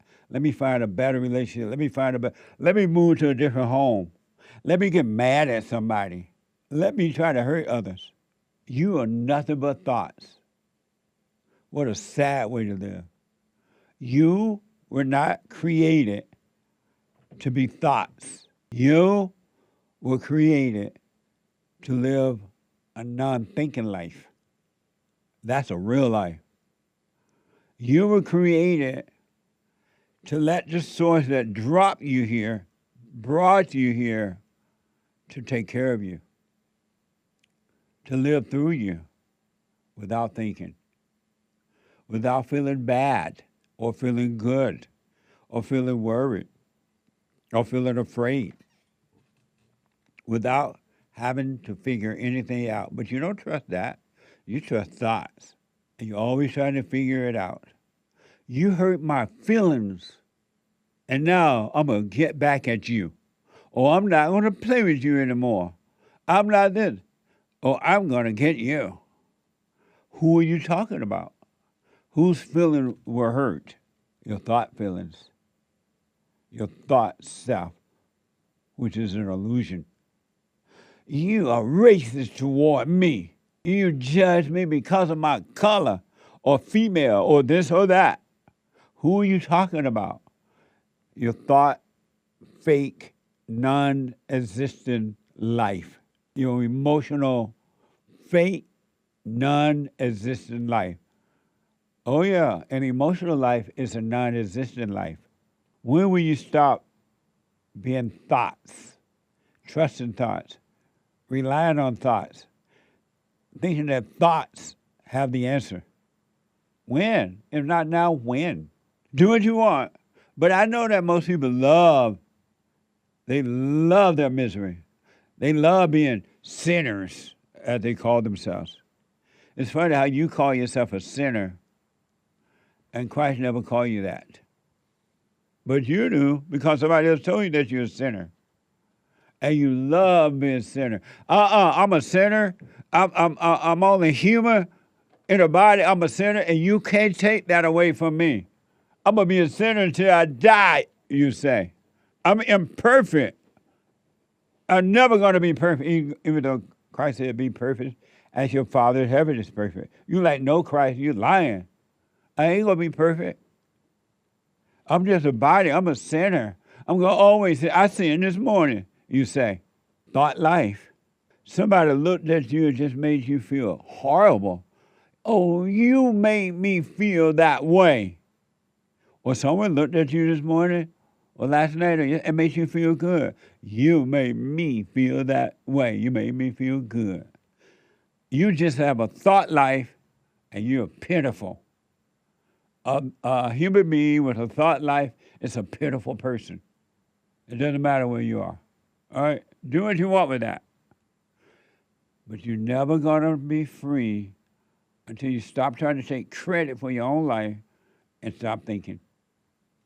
That's just the way it is. You were not created to be a thinker. But you think being a thinker makes you smart. Oh, I'm a thinker. I'm my own person. I'm a thinker. Oh, mess. Let me talk to Caleb, a first-time caller out of Oklahoma. Caleb, you are on the air. Jesse, how are you doing this morning, brother? All is well, Caleb. Excellent. I just wanted to say, like you were saying earlier, yes, I had a stab already today, and I caught it. It was taking me away from being present in the moment, and I caught it. And what did you do when you caught it? I just kind of say, I just kind of don't do anything about it. Like Right you on. say, I just kind of put it behind me. Perfect, man, And- because what happened when the stab come, automatically another thought come to tell you, oh, you got to do that. You just had a fear. You just had a worry. You just had a stab, right? And it tell you what to do, Yeah. you go right into another thought, and it's wrong. Yes. Yeah, and I was just going to say, too, like, I wouldn't have been able to realize this without you. You know, all this stuff you do, you're waking up men from their hell, and you woke me up. And now I'm aware of what appears in my mind, and it's not my identity. Jesse, thank you so much for the stuff you do, man. And you stay with it. You stay with it, stay with it. You're going to see how much you are loved. You are loved. There are no words to express the love that your Creator, your Father, have for you. So stay with it. That's amazing. It is amazing. And I actually, these stabs, I used to give them a nickname, and I called them confrontational delusions. That's right. And because it was like, it really took me into false realities, man. It was terrible. Yep. And what's kind of brought me here is about a year ago, my wife left me, and it really took me to some big changes. I decided to really put my faith in God and became a Christian. I became a Bible thumper. Bible thumper. Yeah. And I kind of called that day, that weekend she left me. I called my counselor's office, and they led me to a recovery program. I won't say the name of it, but it's you had a caller that was in AA the other day, and I figured I would mention it. It was this program I'm in is a Christ-centered program, and the things in the program have really prepared my mind to really hear your teachings, to really bring me out of hell, because what I noticed the difference is you tell me exactly what to do to find peace, where like you've forgiven my mother and father and stuff, and the program does talk about forgiveness, but I think they could do a little better on like really setting people on the right path. Right. And an old motto of theirs is keep coming back. That's So right. you just keep on coming, and it's like whatever. What a mess. I started to see that after listening to you a little bit. Right on. How did you feel when your wife left? Oh, originally I was devastated, man. Because I see why? that now because I had held her higher than I ever would have held God. Yeah, absolutely. 100%. Yes, and you know, and I did try to, you know, excuse me, convince her to stay and whatnot, and give her a reason to stay, and I do regret it. You know, it was. We went to counseling and stuff. Even after she left, she agreed to like go to counseling, and you know, I do like my counselor. He's a Christian, but you know, it just, I do regret kind of going through all that time because it just didn't really lead to anything, and I knew it wouldn't lead to anything. She made up her mind. Yeah. The one thing that I can tell you, and you've heard me say maybe, is that if someone want to go in and out of your life, you shouldn't feel anything about it at all. Neither afraid, happy, or sad, anything.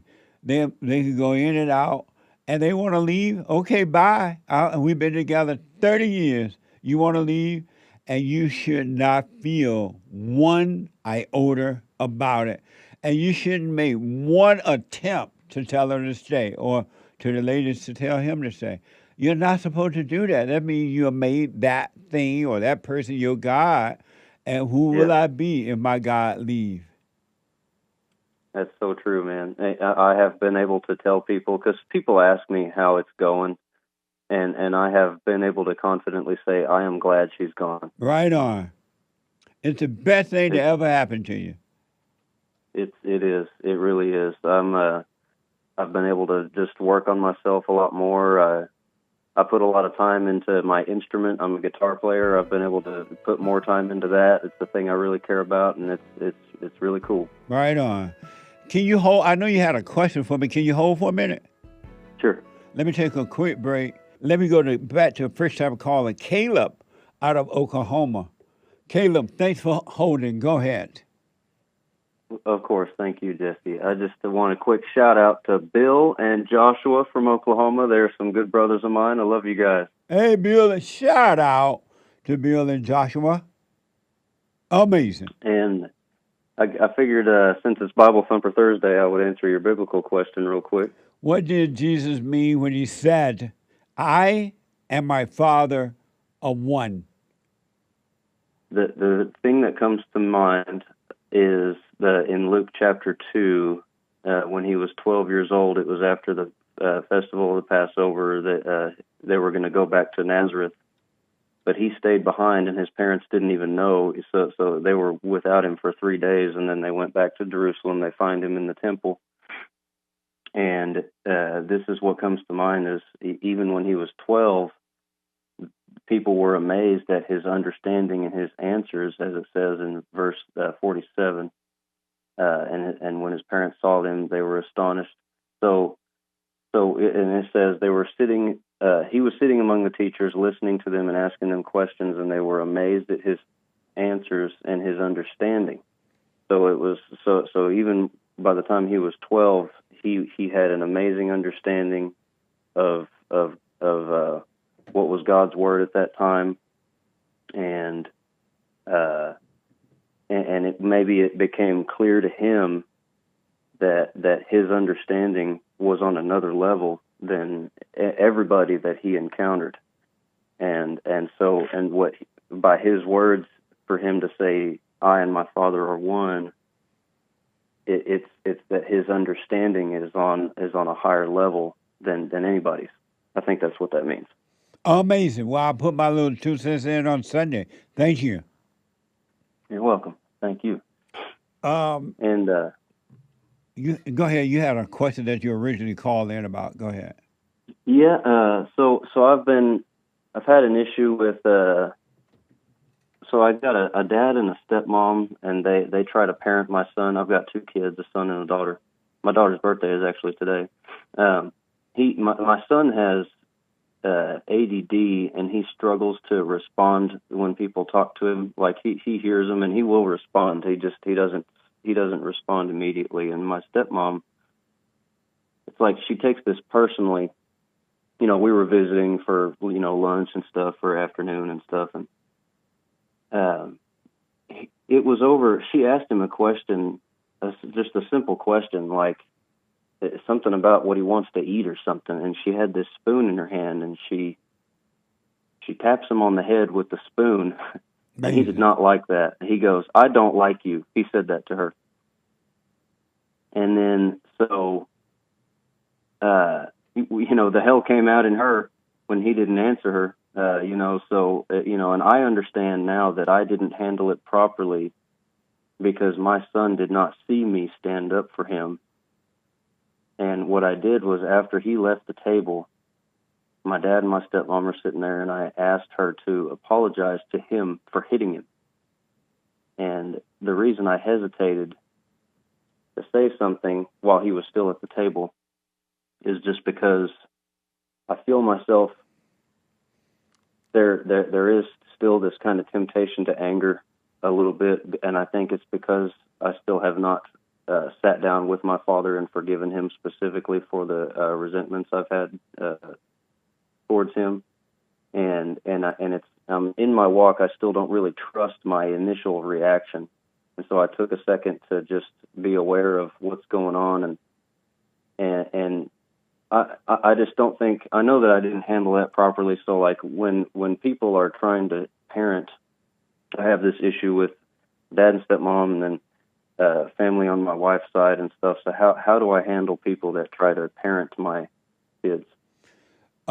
Number one, you have a responsibility to keep your kids away from them. Don't let them see them, your kids. Don't let them be around your kids since you know what they're doing now. And so you have no obligation by God or anyone to take your children around your stepmother, your wife, family, or anyone. You are the father, and the father will protect his family. Yes. You shouldn't be taking them around knowing that this woman is like that. And then secondly, if you loved your son, you will have correct that woman based on what you've said. You will have corrected her right in front of him. Don't ever hit my son again. Don't ever speak to him this way. And I'm going to keep him away from you. And the son will see that the father loved him. And he would have felt really closer to you because he knows somebody is protecting him, especially his father. It was a horrible mistake to wait till he leave the room and say you corrected her. That didn't do him any good at all. That's right. I agree. Did you apologize to your son and let him know she was wrong? I should have corrected her. I was wrong for not doing that. Yes. I believe I said something to him about that. He said, because he said something to her like, because she did it. She went and she apologized. I don't know if I mentioned this. I said to her, I want you to apologize to him for hitting him. And she did. And he said to her, I don't forgive you. Nice. And then and then I kind of sat with him and I said, you know, I kind of went back into the forgiveness thing, and I said, you know, if you don't forgive others, then God may not forgive you. So you can do what you want, son, but you can forgive her. And so I think in that moment, I believe I did say something like, I don't know, I may not have specifically said to him that something about that, like you asked. And why not?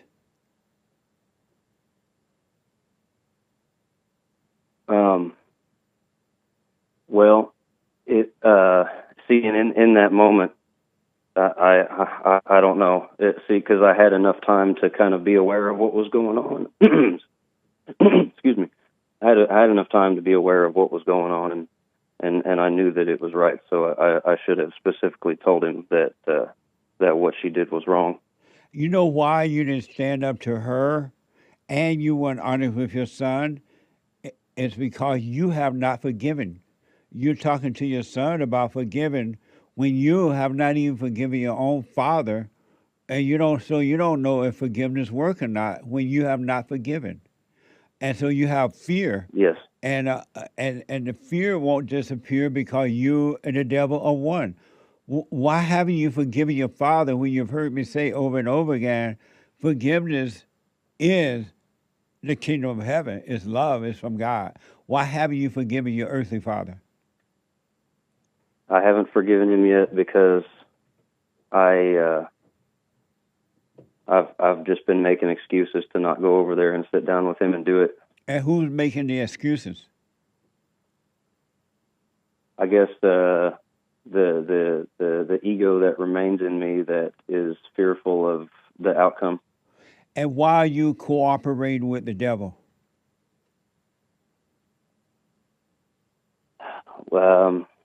You know, the devil had a way of holding on to me, and I didn't want to let him go. Well, his way of holding on to you by keeping you cooperating with him, by making you think that it's you when it's really him and not you. Yeah, I agree with you now, and I'm starting to see that. I have sat down with my mother. I forgave my mother specifically for resentments that I had against her, and even in my mind, even in the past like couple of months, the forgiveness that I've had between myself and with God has really helped me see, instead of being all up in my head about things. And the next step is to forgive my father. You're right. What did you say to your mother when you went and forgave her?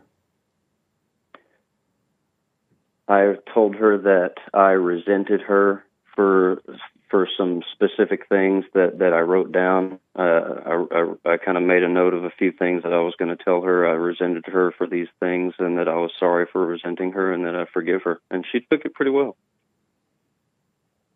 Amazing. And did, if it's personal, you don't have to say, but what did your father do to you that caused you to resent him?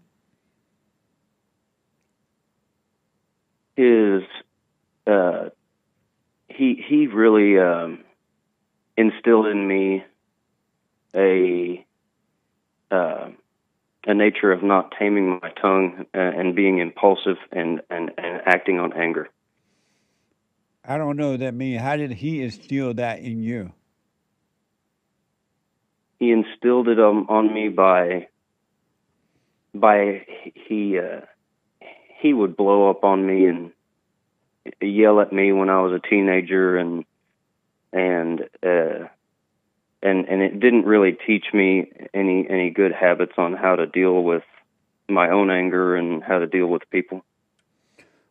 But that was because he didn't know how to deal with you. You had become like your mother, and so he didn't know how to deal with the spirit of his wife inside of you.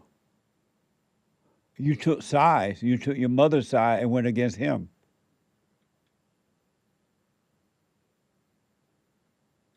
Yeah, I think I did at that time. That was one thing I forgave my mother for, is for turning away, because she would make comments about my dad trying to turn me away from him, and I forgave her for that. And now you're doing the same thing to your son by not standing up for him, because you became like your mama and you resent your father. Oh, you need to, I mean, do what you want, Kayla, but straight away you need to go and forgive your father so that God can forgive you. And because as long as you resent your father, your earthly father, you're never going to love your spiritual father. It's not going to work. Yes, I believe that's true, yes. I wouldn't put it off. It's up to you, of course, but I wouldn't put it off. Dad, I've been resenting you. I was wrong. I'm sorry.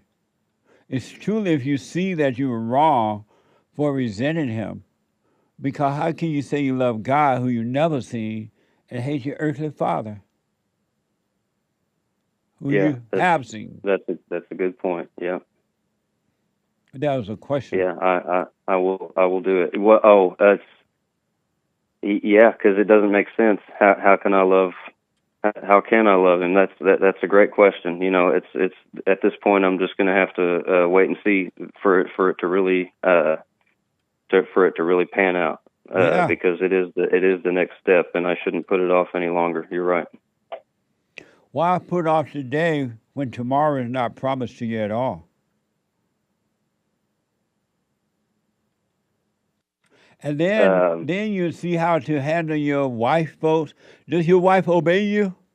Oh, you don't have a wife now, right? She is my soon-to-be ex-wife. Yes. Okay. And so why are you still dealing with her family?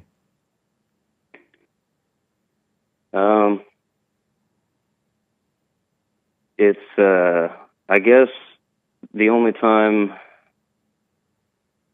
Yeah, probably just out of necessity. You know, the kids stay with her during the week, and there are times where I will go over there to get the kids, and my wife would be working, so they're spending time with their grandma. And because of time, and Yeah, I guess I still deal with them out of necessity. why? All you gotta do is go pick your kids up and say hi and bye to her. Yeah, I think that's mostly what it's turned into, honestly. Yeah. Oh, okay. So thank God for that. And did you hear my opening remarks about everybody is into thinking?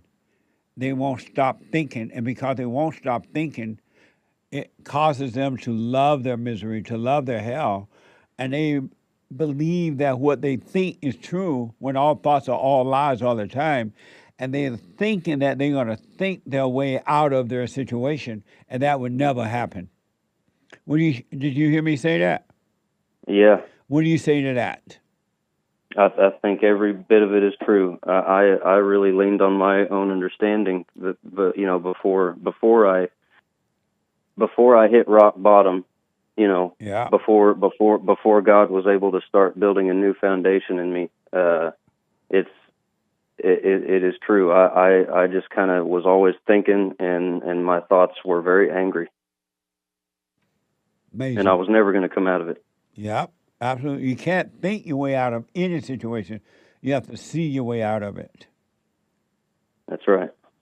One last thing, and then I got to run. Are you doing the silent prayer every morning and night? I've been doing it in the morning, yes. I've been trying to work it into my night routine. I get in this habit where I feel like if I do it at night, I'm going to fall asleep. So I haven't done it at night yet, but I'm going to work it in. I've been doing it in the morning, and it's amazing. And so are you doing the silent prayer every morning, every night? No, not yet. And how will the Spirit of the Father help you if you don't stay in the light?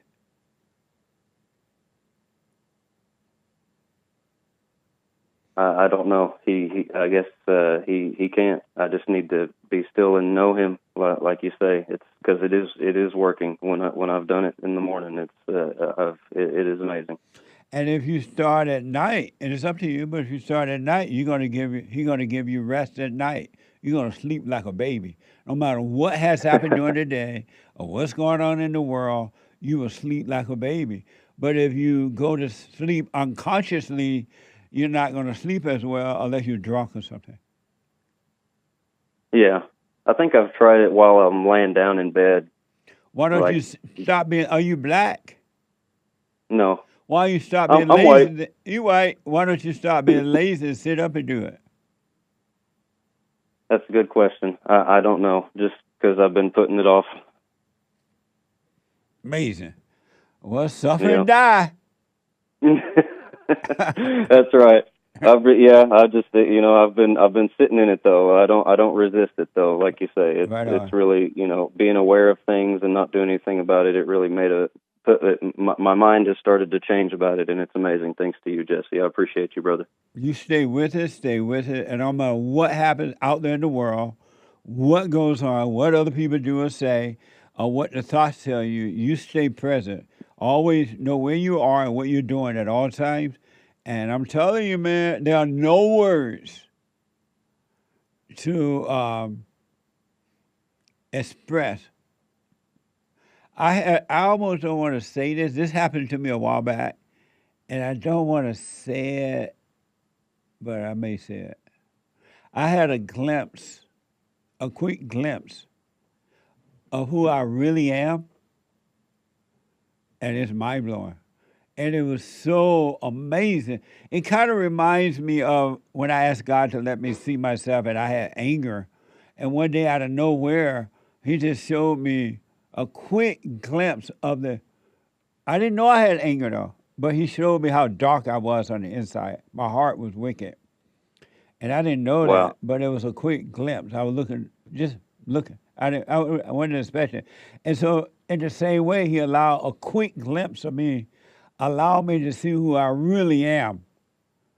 And I'm telling you, man, there are no words to express the reality of who you really are. Words cannot express it. That's amazing. Did that come to you during a silent prayer? No, it just came. I think I may have been at the office or maybe even driving my car, It was like just a quick glimpse, but I saw the whole thing. I saw where I came from, how I came from there, and what it was like coming from there, and what it's like being here. It's the same thing. It was mind-blowing. Wow, that's amazing. Praise God for that, man. That's amazing. And this is the first time I'm really saying it out loud. I didn't tell Hake or anyone. Wow. Well, good for you, man. Thanks for sharing that, Jesse. And I think I kind of brought it up. I didn't bring that up when I'm just telling you, but I was encouraging the guys at the men's meeting that they would get to know who they are if they stay with it. And a tear came. And the tear was so amazing because I was mind-blowing to see that. I was not expecting it at all. What happened could not be expected in the mind. Your mind can't think of that amazing second. What seemed like a second. Awesome. Well, good for you, Jesse. Thank you for sharing that. You stay with it. Just stay. I don't care what the world does. You stay with it. I will, man. All right, buddy. Thank you for talking with me, Jesse. Have a good day, brother. You too. Go forgive your daddy, man. What's up? I will. All right, buddy. Bye. Bye. I want to, before I go back to the phones, I want to play this, at least this amazing soundbite that Mike put together. He gave me Matthew 22, 37 through 39. Jesus said to him, did you write a Pharisee in there or was that in the Bible? You wrote that in the Bible? I mean, you wrote that. Jesus said to him, you shall love the Lord your God with all your heart, with all your soul, and with all your mind. 38. This is the first and greatest commandment. And the second is like it. You shall love your neighbor as yourself. When you really get there, you're home. When you get to the one wholeness, because you got to become whole, right? One.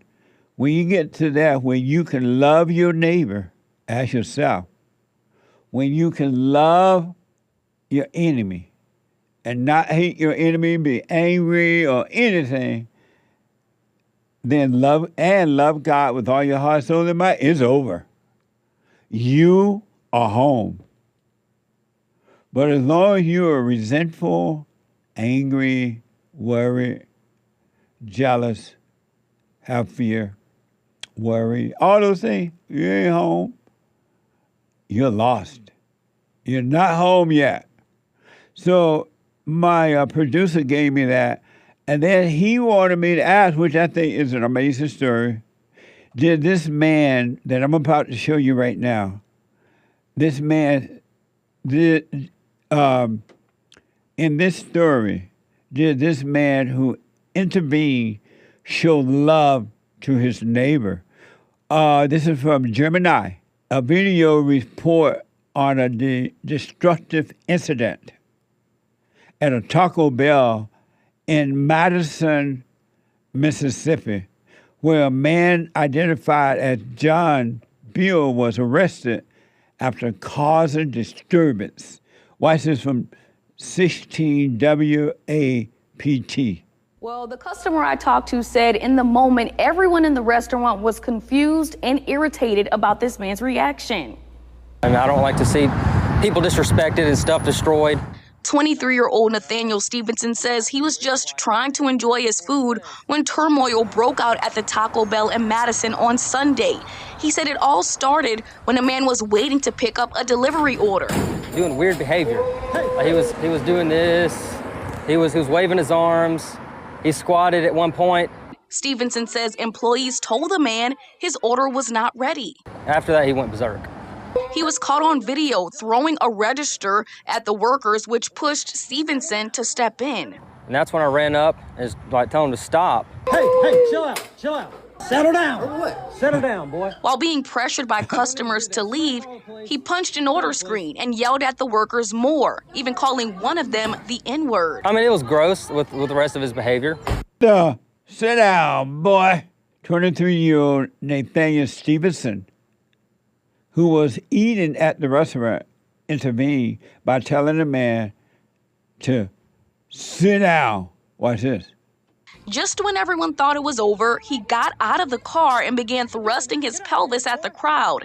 Madison police showed up only seconds later and arrested him, identifying him as John Beal. He faces misdemeanor malicious mischief and simple assault by threat charges. Even though the police got there super quick, he still, if he really wanted to, could have pulled a gun out or did something worse than he did. Stevenson says despite Bill's unpredictability, he does not regret putting on a brave face to protect others. You're supposed to love your neighbor as you love yourself. Amazing. So was Stephen displaying love of the neighbor by intervening like that? What do y'all think? I want to know. What do you think? Was he showing love for the neighbor? Maybe a little bit. What? I said maybe a little bit. What? You said maybe a little bit. Mm-hmm. And why do you say maybe a little bit? Well, I'm not really sure, to be honest, but I'm saying maybe a little bit because he's trying to protect someone. It's a very interesting question. Very interesting. Amazing. It's a spiritual battle, a warfare between good and evil. Thank God you can overcome if you want to. You don't have to. You definitely can stay in your misery. And most people love misery. They love pain. They love sickness and diseases. They love loneliness, happiness, sadness, anger, fear, not speaking up, and all that. They love it. I want you to know, and listen up closely, life is not what you think, period. Life is not what you think. Life is not happiness. Life is not happiness. Life is not sadness. Life is not happiness. Life is not sadness. Life is not what you make it. You cannot make life. You can't make life. You can't make life happen. You can't make what you think you want from life. You can't make life at all. Life is not past or future. Life is not anything that you think. You can't even think life. If you think of life, then you have no life. You have no idea. Life is not happiness.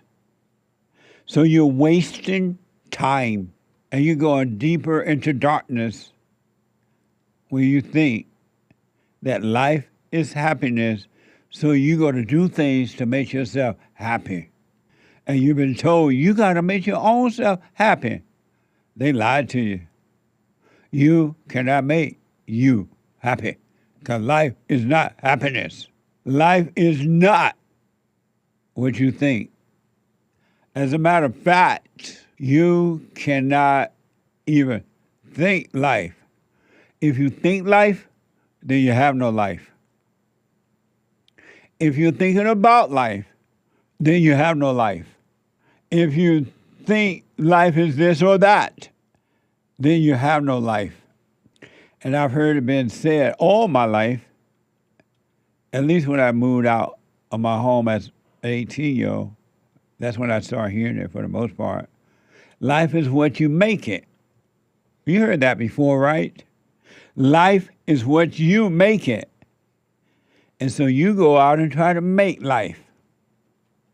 And you end up in a ditch. Never having life.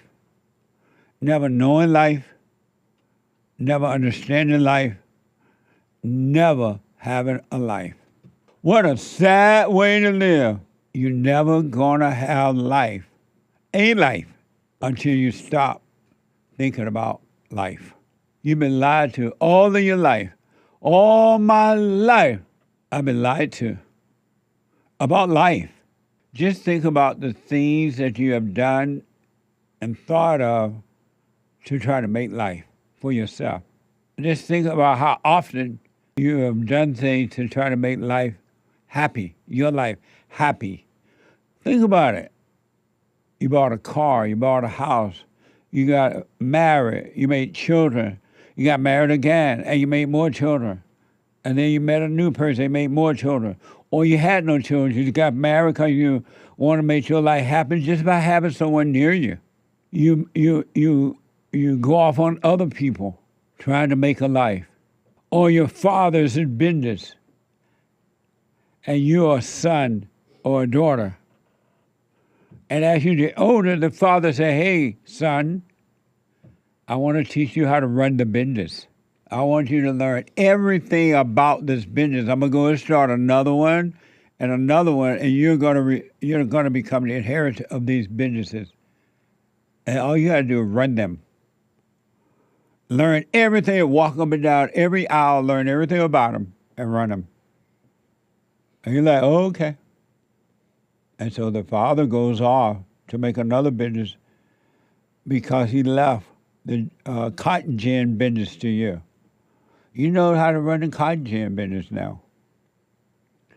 And so as soon as the father go away, you stop paying attention to the business.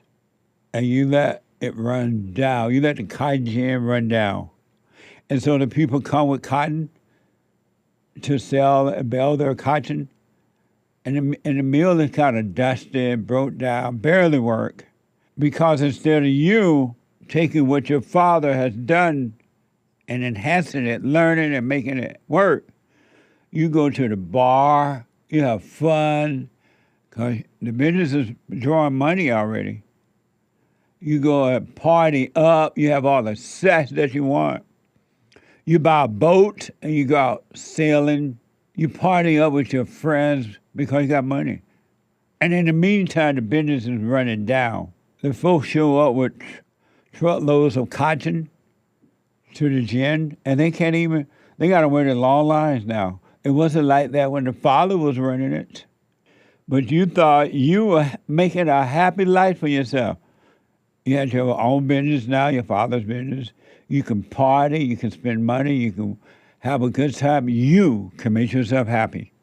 All your little fake friends, and they were like, yeah, you something else, you got money. And then one day the father come back to visit. And he looked at the cotton gin business, dusted, most of the equipment's not working, long lines. And he's like, son, what happened? Why do you enhance this business rather than let it fall apart, fall to pieces? And you were like, I don't know, I was trying to find happiness. I was out having fun. I have the money now, have friends, great friends, but friends, and I was having fun, partying, drinking, staying overnight, and just having fun. And the father said, come here, son, let me show you something. If you want a life, you got to work on it. And a business or working hard at work or whatever will show you how to allow life to work too. Because when you work this business and you put the time in it and do what you got to do, I guarantee you, you will receive a reward. Put time into your job, put time in, do the work, and you will be rewarded. I promise you that. He said to the son, now here's what I want you to do. All day long, walk up and down every aisle and make sure every machine is working. Walk up and down every aisle and make sure that every aisle is working so when the customers come, they don't have to wait in long lines.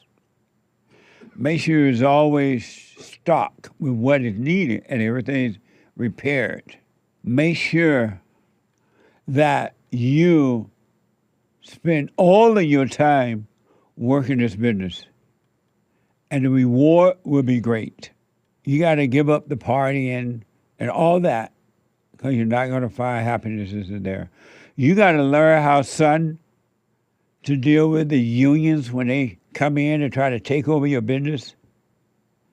You got to learn how to deal with the government when the prices goes up. You got to learn how to hire and fire employees. You got to learn how to run the cash register, how to spend and not spend, to spend and save to gain a profit. You gotta learn every aspect of the business. And I guarantee you, son, your reward will be great. And that's the same thing I say to you. If you want a life, real life, which does exist, by the way, you got to spend all of your time, every waking hour, seeing what life is not. And lose this idea that you can create life. You can make your life happy. You can make your life work. You're not going to do it unless you spend time every minute of the day seeing what life is not. We mentioned this cross-burning thing over in Chicago. It was at according to a report, a Chicago Grant Park there. Rubin report is saying that a burning cross with a mega hat on top showed up in Chicago Grant Park. And everyone assumed it was white supremacy. Anytime you assume, just know you're making an ass out of yourself. Every assumption is an ass.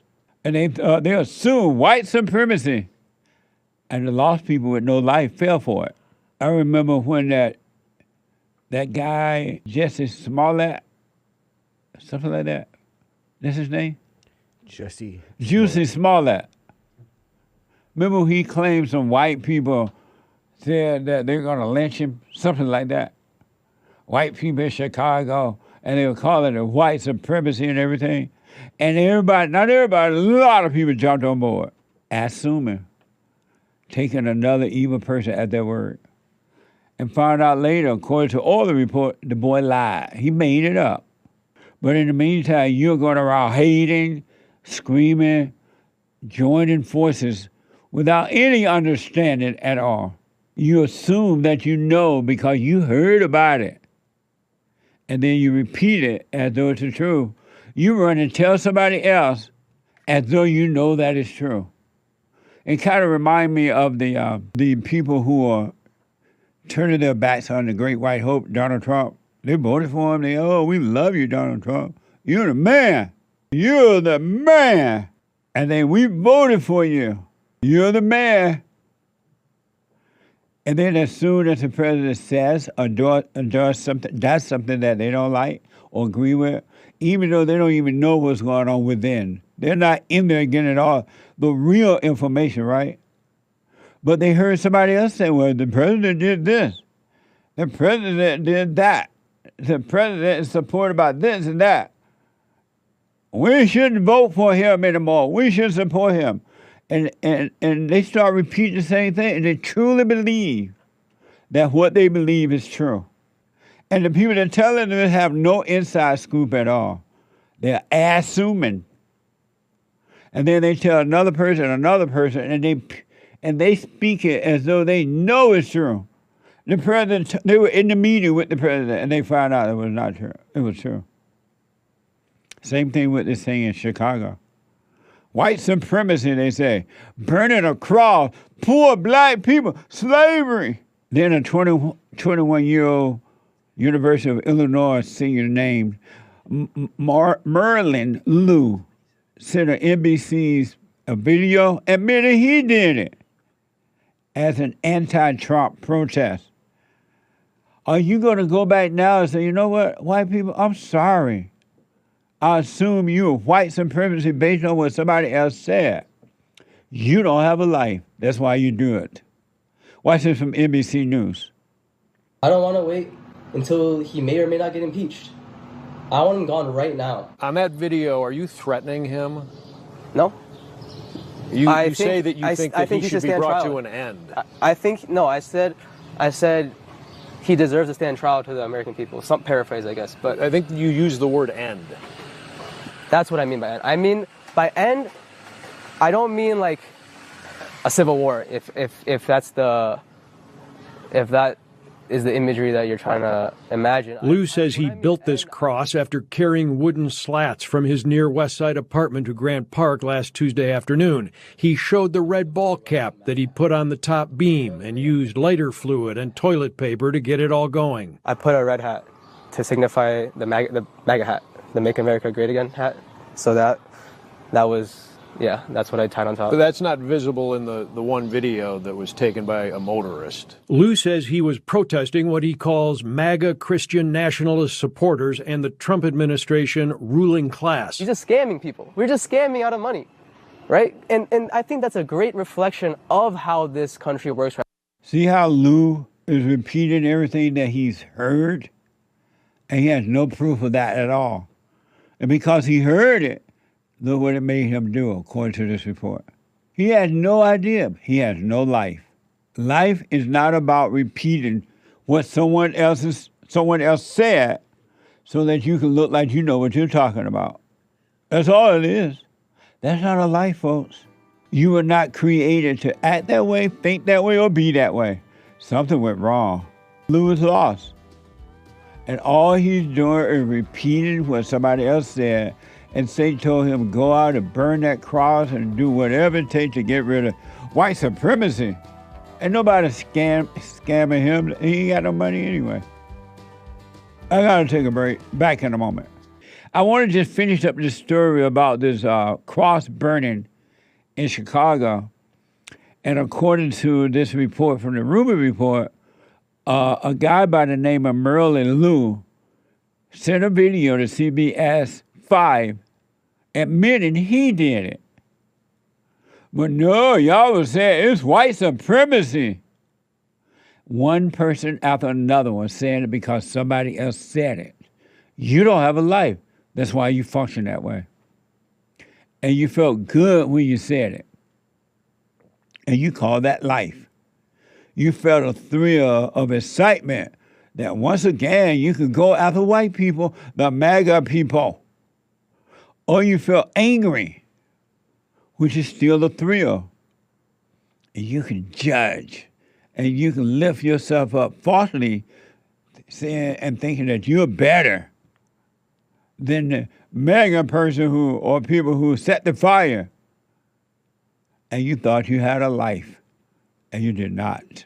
There's not one emotional person on this planet, I don't care who it is, not one emotional person, good, so-called good, which is bad, happy, which is bad, or angry, lonely, whatever, stress.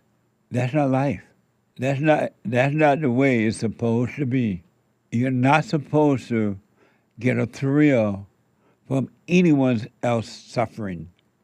You're supposed to pray for them and wish them well, which is your prayer. So this guy admitted he did it. I wonder if he was a white guy who took a cross according to the report, to the park, set it on fire, burning trees, and carried on. Would he be in jail or out of jail if he was white? CBS Chicago, the Chicago man accused of burning the cross at Grant Park last week made his first court appearance on Thursday. Are you wondering, did he go to jail? Let's find out from CBS Chicago. After 72 hours behind bars, Mullin Lou, the man prosecutors say admitted to burning the cross in Grant Park, left the Cook County Jail. But we had questions about his actions that day. Do you have anything to say to the city of Chicago and the fear and emotions that you evoked by burning that cross?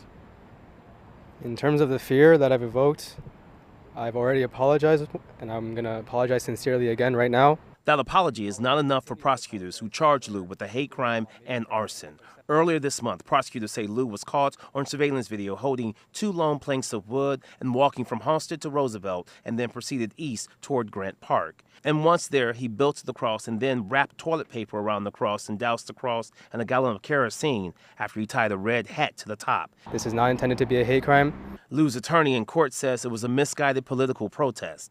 A misguided political protest.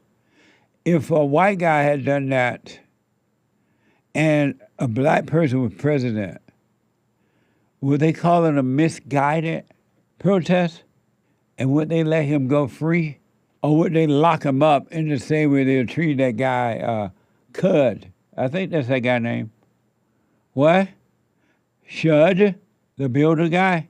They got him like on a, if I remember correctly, $1 million bond. What the? You white human beings were created, was put here by life, by the energy of love, to have a life. And yet you don't have a life. You're emotional. You try to build a life. You try to create a life. You think you know what life is, and I'm going to go out and make a life, you say. And you make a fool of yourself. And you wonder what happened. I worked so hard to make a life. I had all the right people in my life. I had friends, and I had this. I was famous. I had everything. Cars and houses. And yet I don't have a life. You can never think of life and have a life. It's not going to work. Thinking of having a life, thinking of life, is so far away from life, I can hardly breathe. Hands up. CBS reporter pressed Lou on the history of cross burning. But Lou, like, I have no idea about no cross burning. Watch this from CBS Chicago.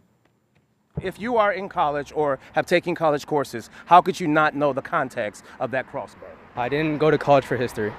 But you are college. You had some college courses, right? Not history. CPD released photos of a man they say ran from Grant Park. Why did you choose to run away after you burned the cross, sir? That's just what I did, man. So that's not relevant to... Some can say you ran away because you were a coward. How do you respond to that? No. Then why run? As Lou awaits trial, he says he now understands the racial context. I've learned now the severity and the historical baggage and the context of what I've done. I understand that now, okay? Before, you can call it uneducated, you can call it ignorance. I understand that, okay? So that's that. Where did you get the idea of a cross burning if you knew nothing about it? From my brain. He's due back in court next week. Amazing. Now that they made Lou understand cross burning, I'm wondering, will he become a DEI supporter now? Will he become a DEI supporter? Will they hire him in the government to work a DEI program? Amazing, huh? Kurt is making the point that the producer of Punchy TV, I thought it was anti-Christian. He said, I'm thinking he knew. And he was trying to say MAGA is KKK. Oh, amazing. Anti-white is anything. What a mess. Why don't you give up a life and have a life? I sat before you. Life and death, choose life. If you are emotional, if you think happiness, if you think you could build a life, if you think you could be strong in life, if you think anything, then you don't have a life. What the? A spiritual battle. When you can live life with clear understanding from within and from without at the same time, and when you are living this physical outer life, and things are happening around you, something they're trying to do to you, but when you can live a life from within and being aware of from without, then you will have a life. And that, I didn't know it was possible. I'm telling you now, I know it's possible. But you got to overcome a life. You got to give up a life. You got to give up this false life to have a real life. It's up to you. It's truly up to you. And the one thing I promise you, I'm telling you for absolutely fact, that an emotional person doesn't have a life. An angry person, a happy person, a sad person, or insecure person, or a fearful person, or a person who thinks about the past or future, or a person who put one iota of thought into other people, a person who wants Oh, I just want them to have a happy life. I'm praying for them because I want them to have a good life. I want them to be happy. You don't have a life. That's why you praying that somebody else be happy. Because you're trying to create an atmosphere that you can be happy. And you call that life. And it's never going to work. Anyone that put one iota in thinking about the past or the future don't have a life. Because you are into thinking and you think your thoughts are real. You think that they're your own. You think that what you believe is true. Not knowing there's no truth in thoughts. But you're saying it because somebody else said it, and you think you have it because somebody else said it. Just because I said it didn't mean I meant it. Amazing, huh? 888-77. I want you, 888-77, Jesse. I want you to know you need to wake up, and you can. And it's going to be paradise on earth when you do. Another quick thing I realized, a person with no life, zero life. The next time you think this or you hear someone else say it, just know, wow, I don't have a life. I believe that. Or I believe this. Or this person don't have a life. They believe that. The next time you hear anyone say, I don't care who it is, how many degrees they have or don't have, how religious they are or not, whatever type of degree, religious degree, non-religious degree, expert, except my experts. My experts know what they're talking about on the Jesse P. Show. The next time you think or you hear someone say, and I hear it all the time, that you cannot have perfect peace right here on earth. I'm in my body. I'm in flesh. I'm just a human being. No, I don't have peace. You can't have that on earth. I'm imperfect, they say. Just know you're hearing from, you're communicating with a lost, angry, nasty, revengeful person. I would head for the hills if I were you. Or even if you think that yourself, know that you are lost, evil, nasty, revengeful person that don't have a life. Because reality is reality, not illusion. You can have perfect peace right here on earth. Heaven and earth can become one for you if you want it. But you're looking at all the wrong places for all the wrong things to try to make a life for yourself. It ain't gonna happen with physical things or physical people or physical location, nothing. It's so amazing. I want you to show you something amazing about the Great White Hope. It's funny in that, interested in human nature. It's crazy. But I understand it, hell on earth, inside of human beings. This is from this post shares a video of Senator Markwayne Mullin, DHS confirmation hearing where he recount his son's Jim suffering a traumatic brain injuries from wrestling back in 2020. And I want you to hear Trump's response to it, to Senator Markwayne. Watch it from Fox News. So my son was a really world-class athlete, and January 17th of 2020, which mind you was an election year, he had a really serious brain injury.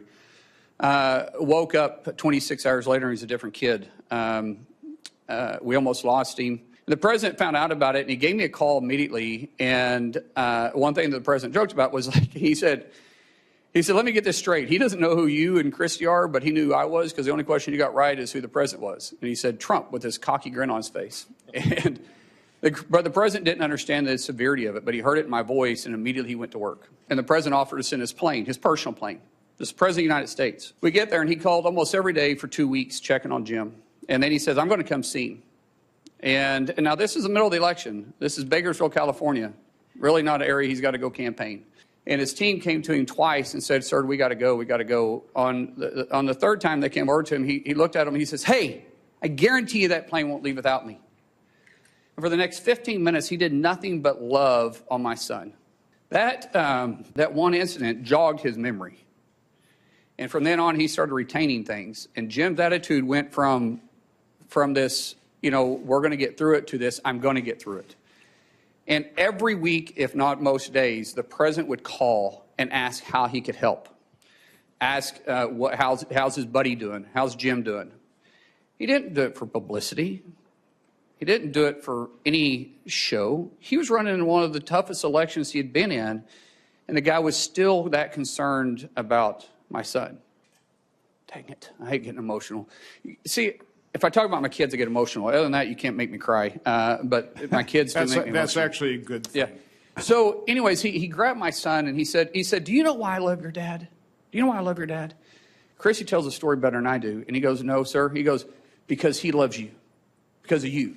Because of you. Amazing, huh? Amazing.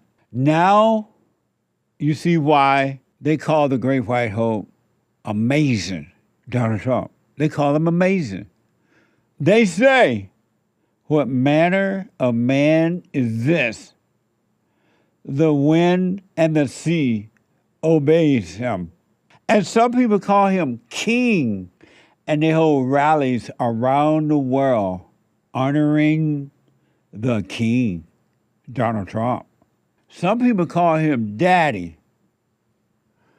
And they say, Dad is home. Your dad is home to stay. I call him the Great White Hope. The Great White Hope! A good friend of mine had turned against the president. At first, he was like all for the president. He was wearing the president's shirts, hats, and just loved the president. And then he heard that the president is supporting Israel in the war and all that. And he heard other people saying it. And he heard what they were saying about it. They were expressing their hatred for it, their dislike for it or whatever. Maybe not hatred, but dislike.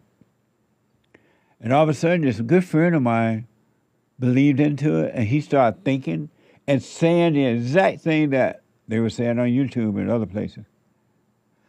And all of a sudden, he no longer loved the president. He no longer supported him. He took off the hats. He took off the shirts. And to the same people he would talk about great things about the president, he's now telling them, no, he support Israel. And I'm like, what the? A fair weather friend, I told him. What a fair weather friend. You don't know the inside scoop. You don't know what's really going on. And yet you believe someone else, and you turned. And they just did it for a while. And then, as time went by, because at one time they were like, Netanyahu controlled Trump.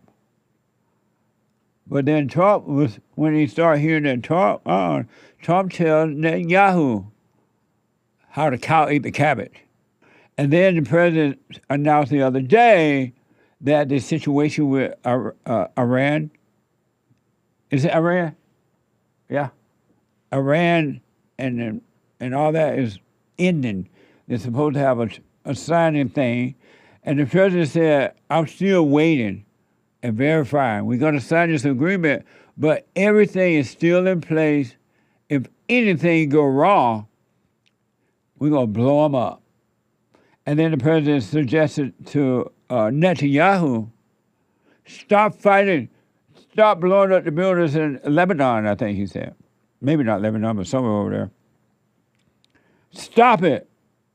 And Netanyahu said, I love this deal, but I don't trust the Muslims.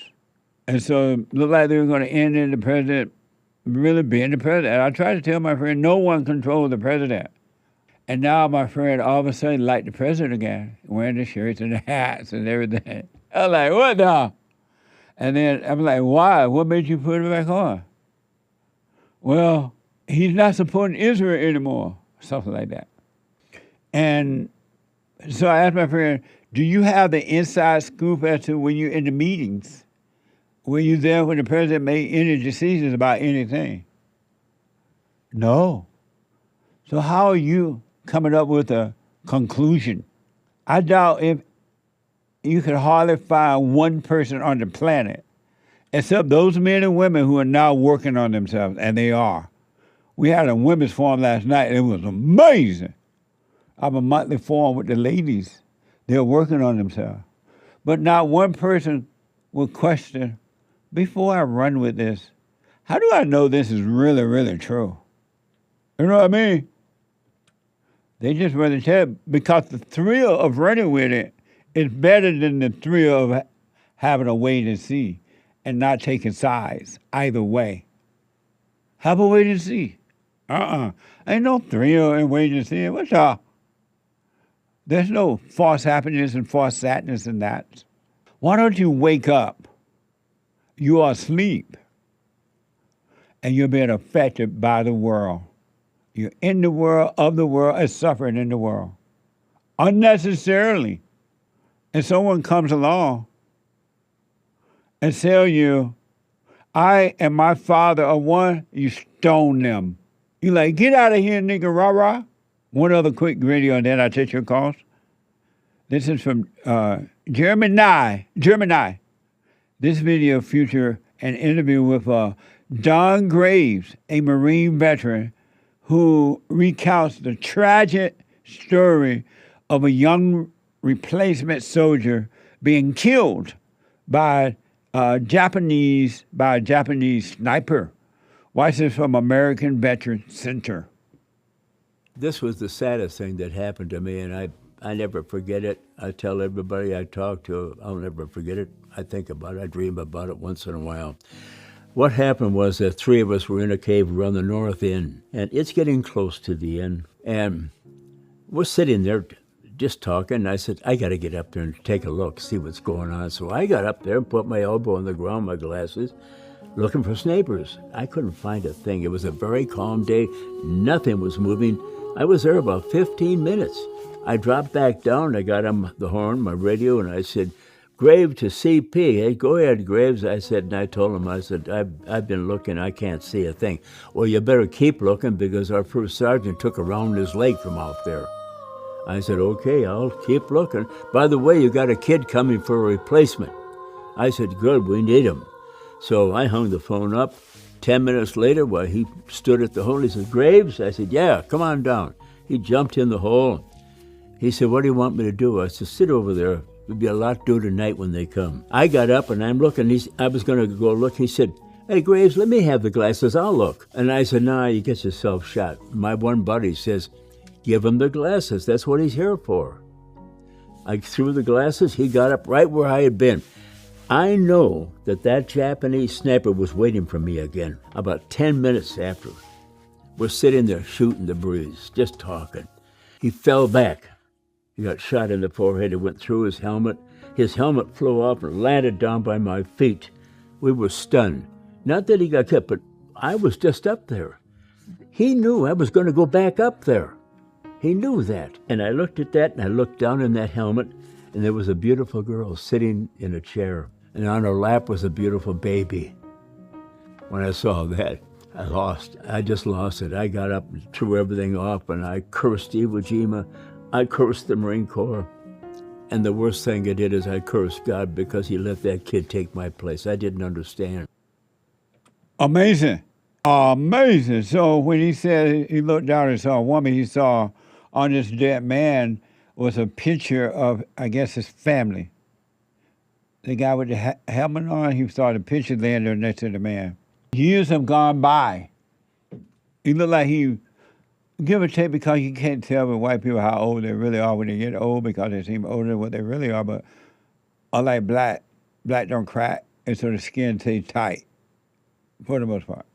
But I'll say 80, give or take. What's the purpose of all his whole life remembering that story? What's the purpose? All for the thrill. After all this time, you are not supposed to remember your past or future. And if you give up a life, and if the so-called past is brought up, or you want to mention it, you get no thrill from it. You get no sadness from it. You get no good feeling from it or anything. Because that old way, you have passed away, and to bring up something that happened already is just a thought. Maybe you want to share, but it's not affecting you because you don't exist anymore. You have allowed your life to fall to pieces, and now you're free. But most people won't do that. All because of who will I be, they say, if I don't have the thrills. As a matter of fact, if you don't have thrills, you don't feel bad for these people. You don't feel bad for that situation. You don't feel anything about it. They tell you that you're a psychopath or something. They call it death, life, and life, death. You got it all backwards. You got it all backwards. And then they attach hero to him. He's a hero. And he's really going to hold on to that thrill because he got to tell it for the next 100 years to get the thrill of being a hero. Who made you a hero? What makes you a hero just because somebody said it? And just because they said it don't mean they meant it. Just because I said it don't mean I meant it.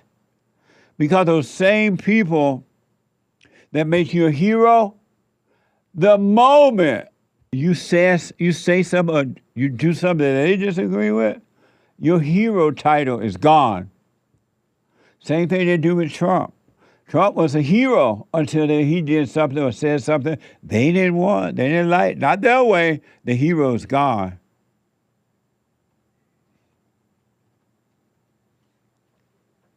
They call him a hero. And this friend of mine said to me, well, he's funny. He said, I forgive Trump for being an Israel supporter, something like that. I forgive him. Now Trump is a hero again. And I said to him, the one thing I know for sure, Trump can give two hoops and a holler about your forgiveness or non-forgiveness. Really. Trump, I would be surprised that to spend 1 minute thinking about when you're thinking about him and your little unforgiveness. Because Trump is coming from a different source. And that source is from above. And when men and women truly live from above, you lose all unconsciousness of what someone thinks about you, whether they've forgiven you or not, because you don't hold anything against them. You understand that they can't see. Forgive them, Father, they cannot see. And Trump loves his enemies. So he's not spending any time to think about what you think. Amazing, huh? He is the boss. When I come back, your phone calls and your super chats. Wake up, folks. Have a life. You don't have a life when you're thinking that you do. It's Friday, and it doesn't matter what you look like. You're doing what you're doing. It's what you're doing when you're doing what you look like you're doing. Express yourself Friday. You Tom like a mug. You need to go and get yourself bleached because everything you say about black people and you're sitting up there looking like a tar baby. It might sound like a semantics argument, but he's a gray alien. I wonder if he's been smoking pot. Oh boy, the circus is coming to town. What do black people do to this administration. How do you, and you know how hard it is. So when you... Well, what do you, what exactly are you talking about, Whoopi? Because you just, I'm talking I know about Emmett Till was, I can tell you all the yeah, in a lot of the museums, you know, how do you, I mean, you know better. What just happened? 23-year-old Nathaniel Stevenson says he was just trying to enjoy his food when turmoil broke out at the Taco Bell in Madison on Sunday. And that's when I ran up and like told him to stop. Hey, chill out, chill out. Settle down. Settle down, boy. What did he do to make them that mad? Just when everyone thought it was over, he got out of the car and began thrusting his pelvis at the crowd. Madison police showed up only seconds later and arrested him. Officers, thank God. Amazing. A spiritual battle. If you are an emotional person, you don't have a life. Emotional means you feel good and you feel bad. You feel happy and you feel sad. That's because you don't have a life. Your eyes are open, but you're barely breathing. And you're calling good evil and evil good. Another example of you not having a life. And I want you to really smoke on this. Smoke on it, right? Just smoke on it. Have you ever gotten angry at anyone, a family member, or friend, or co-worker, or anyone, period?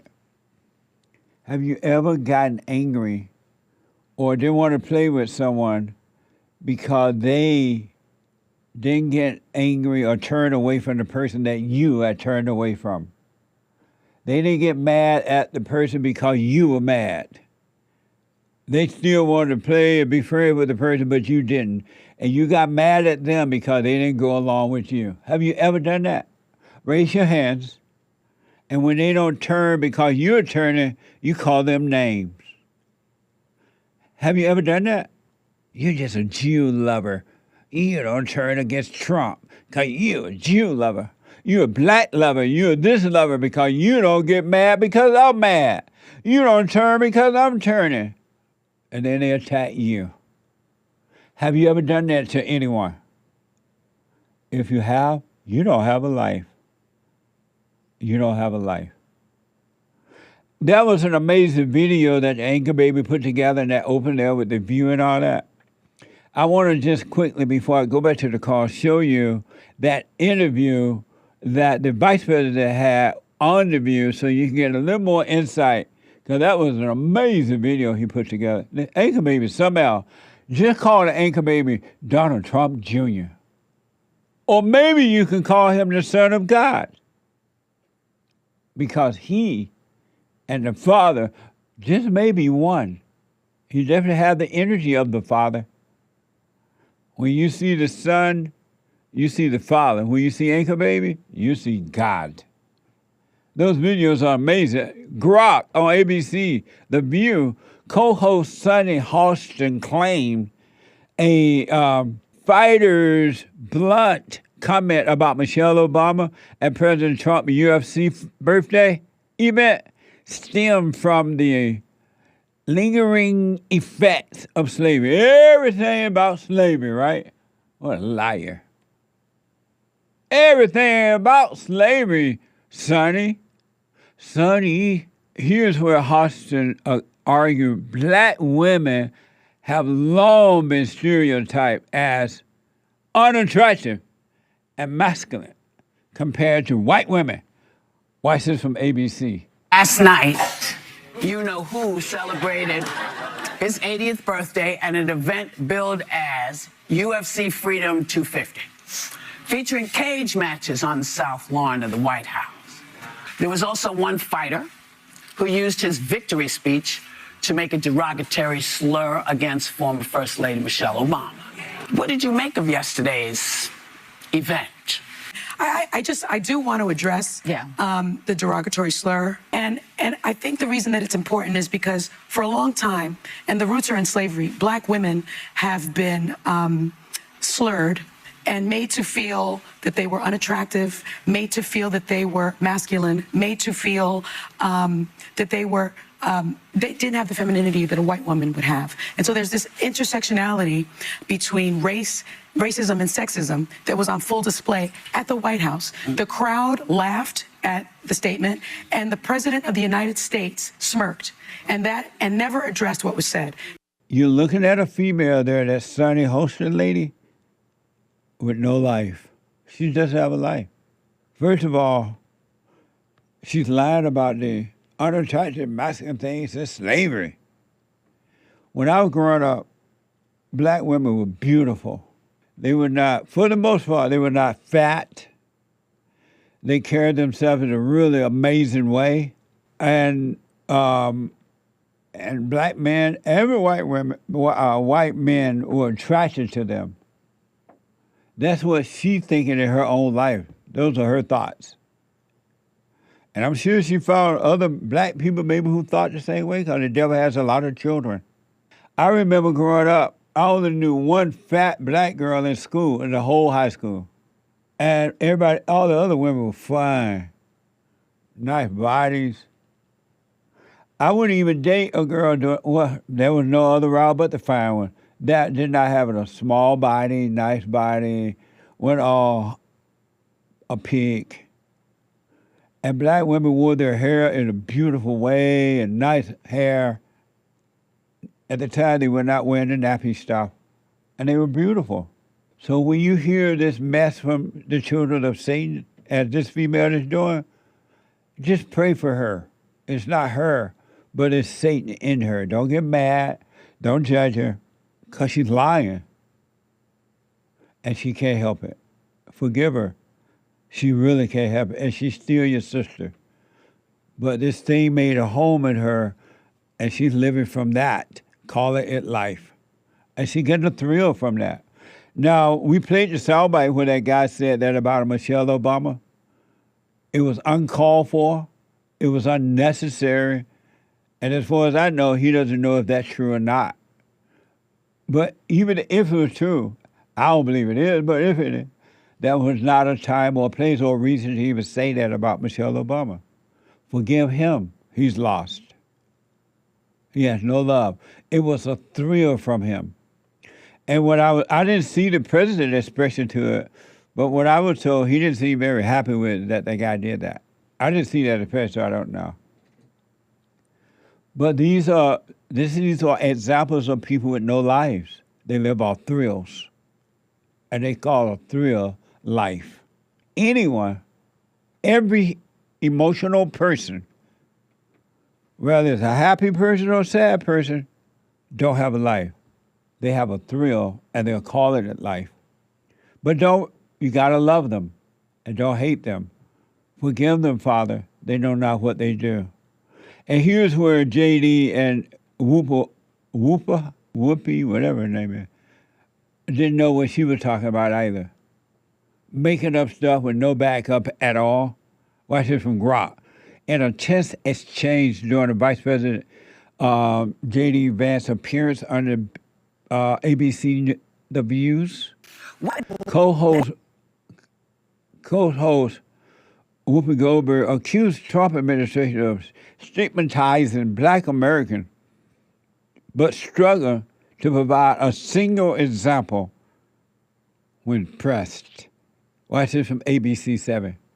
What did black people do to this administration that has allowed it to really stigmatize folks of color? And you know how hard it is. So when you see, things, the Emmett Till stuff coming down, or them doing all kinds of removal of information of black heroes, how does that sit with with Well, what exactly are you talking about, Whoopi? Because you just I'm talking about. I want to know what she's. You don't know what I'm talking to your about. actual point. So in a lot of the museums, there's so many. Where they're taking down the actual history that happened in this country. Slavery happened. All kinds of stuff happened, and it seems that it has been very easy for this administration to remove that and also to denigrate black folks who have worked their behinds off to get this American dream. How do you, I mean, you know that. All lies.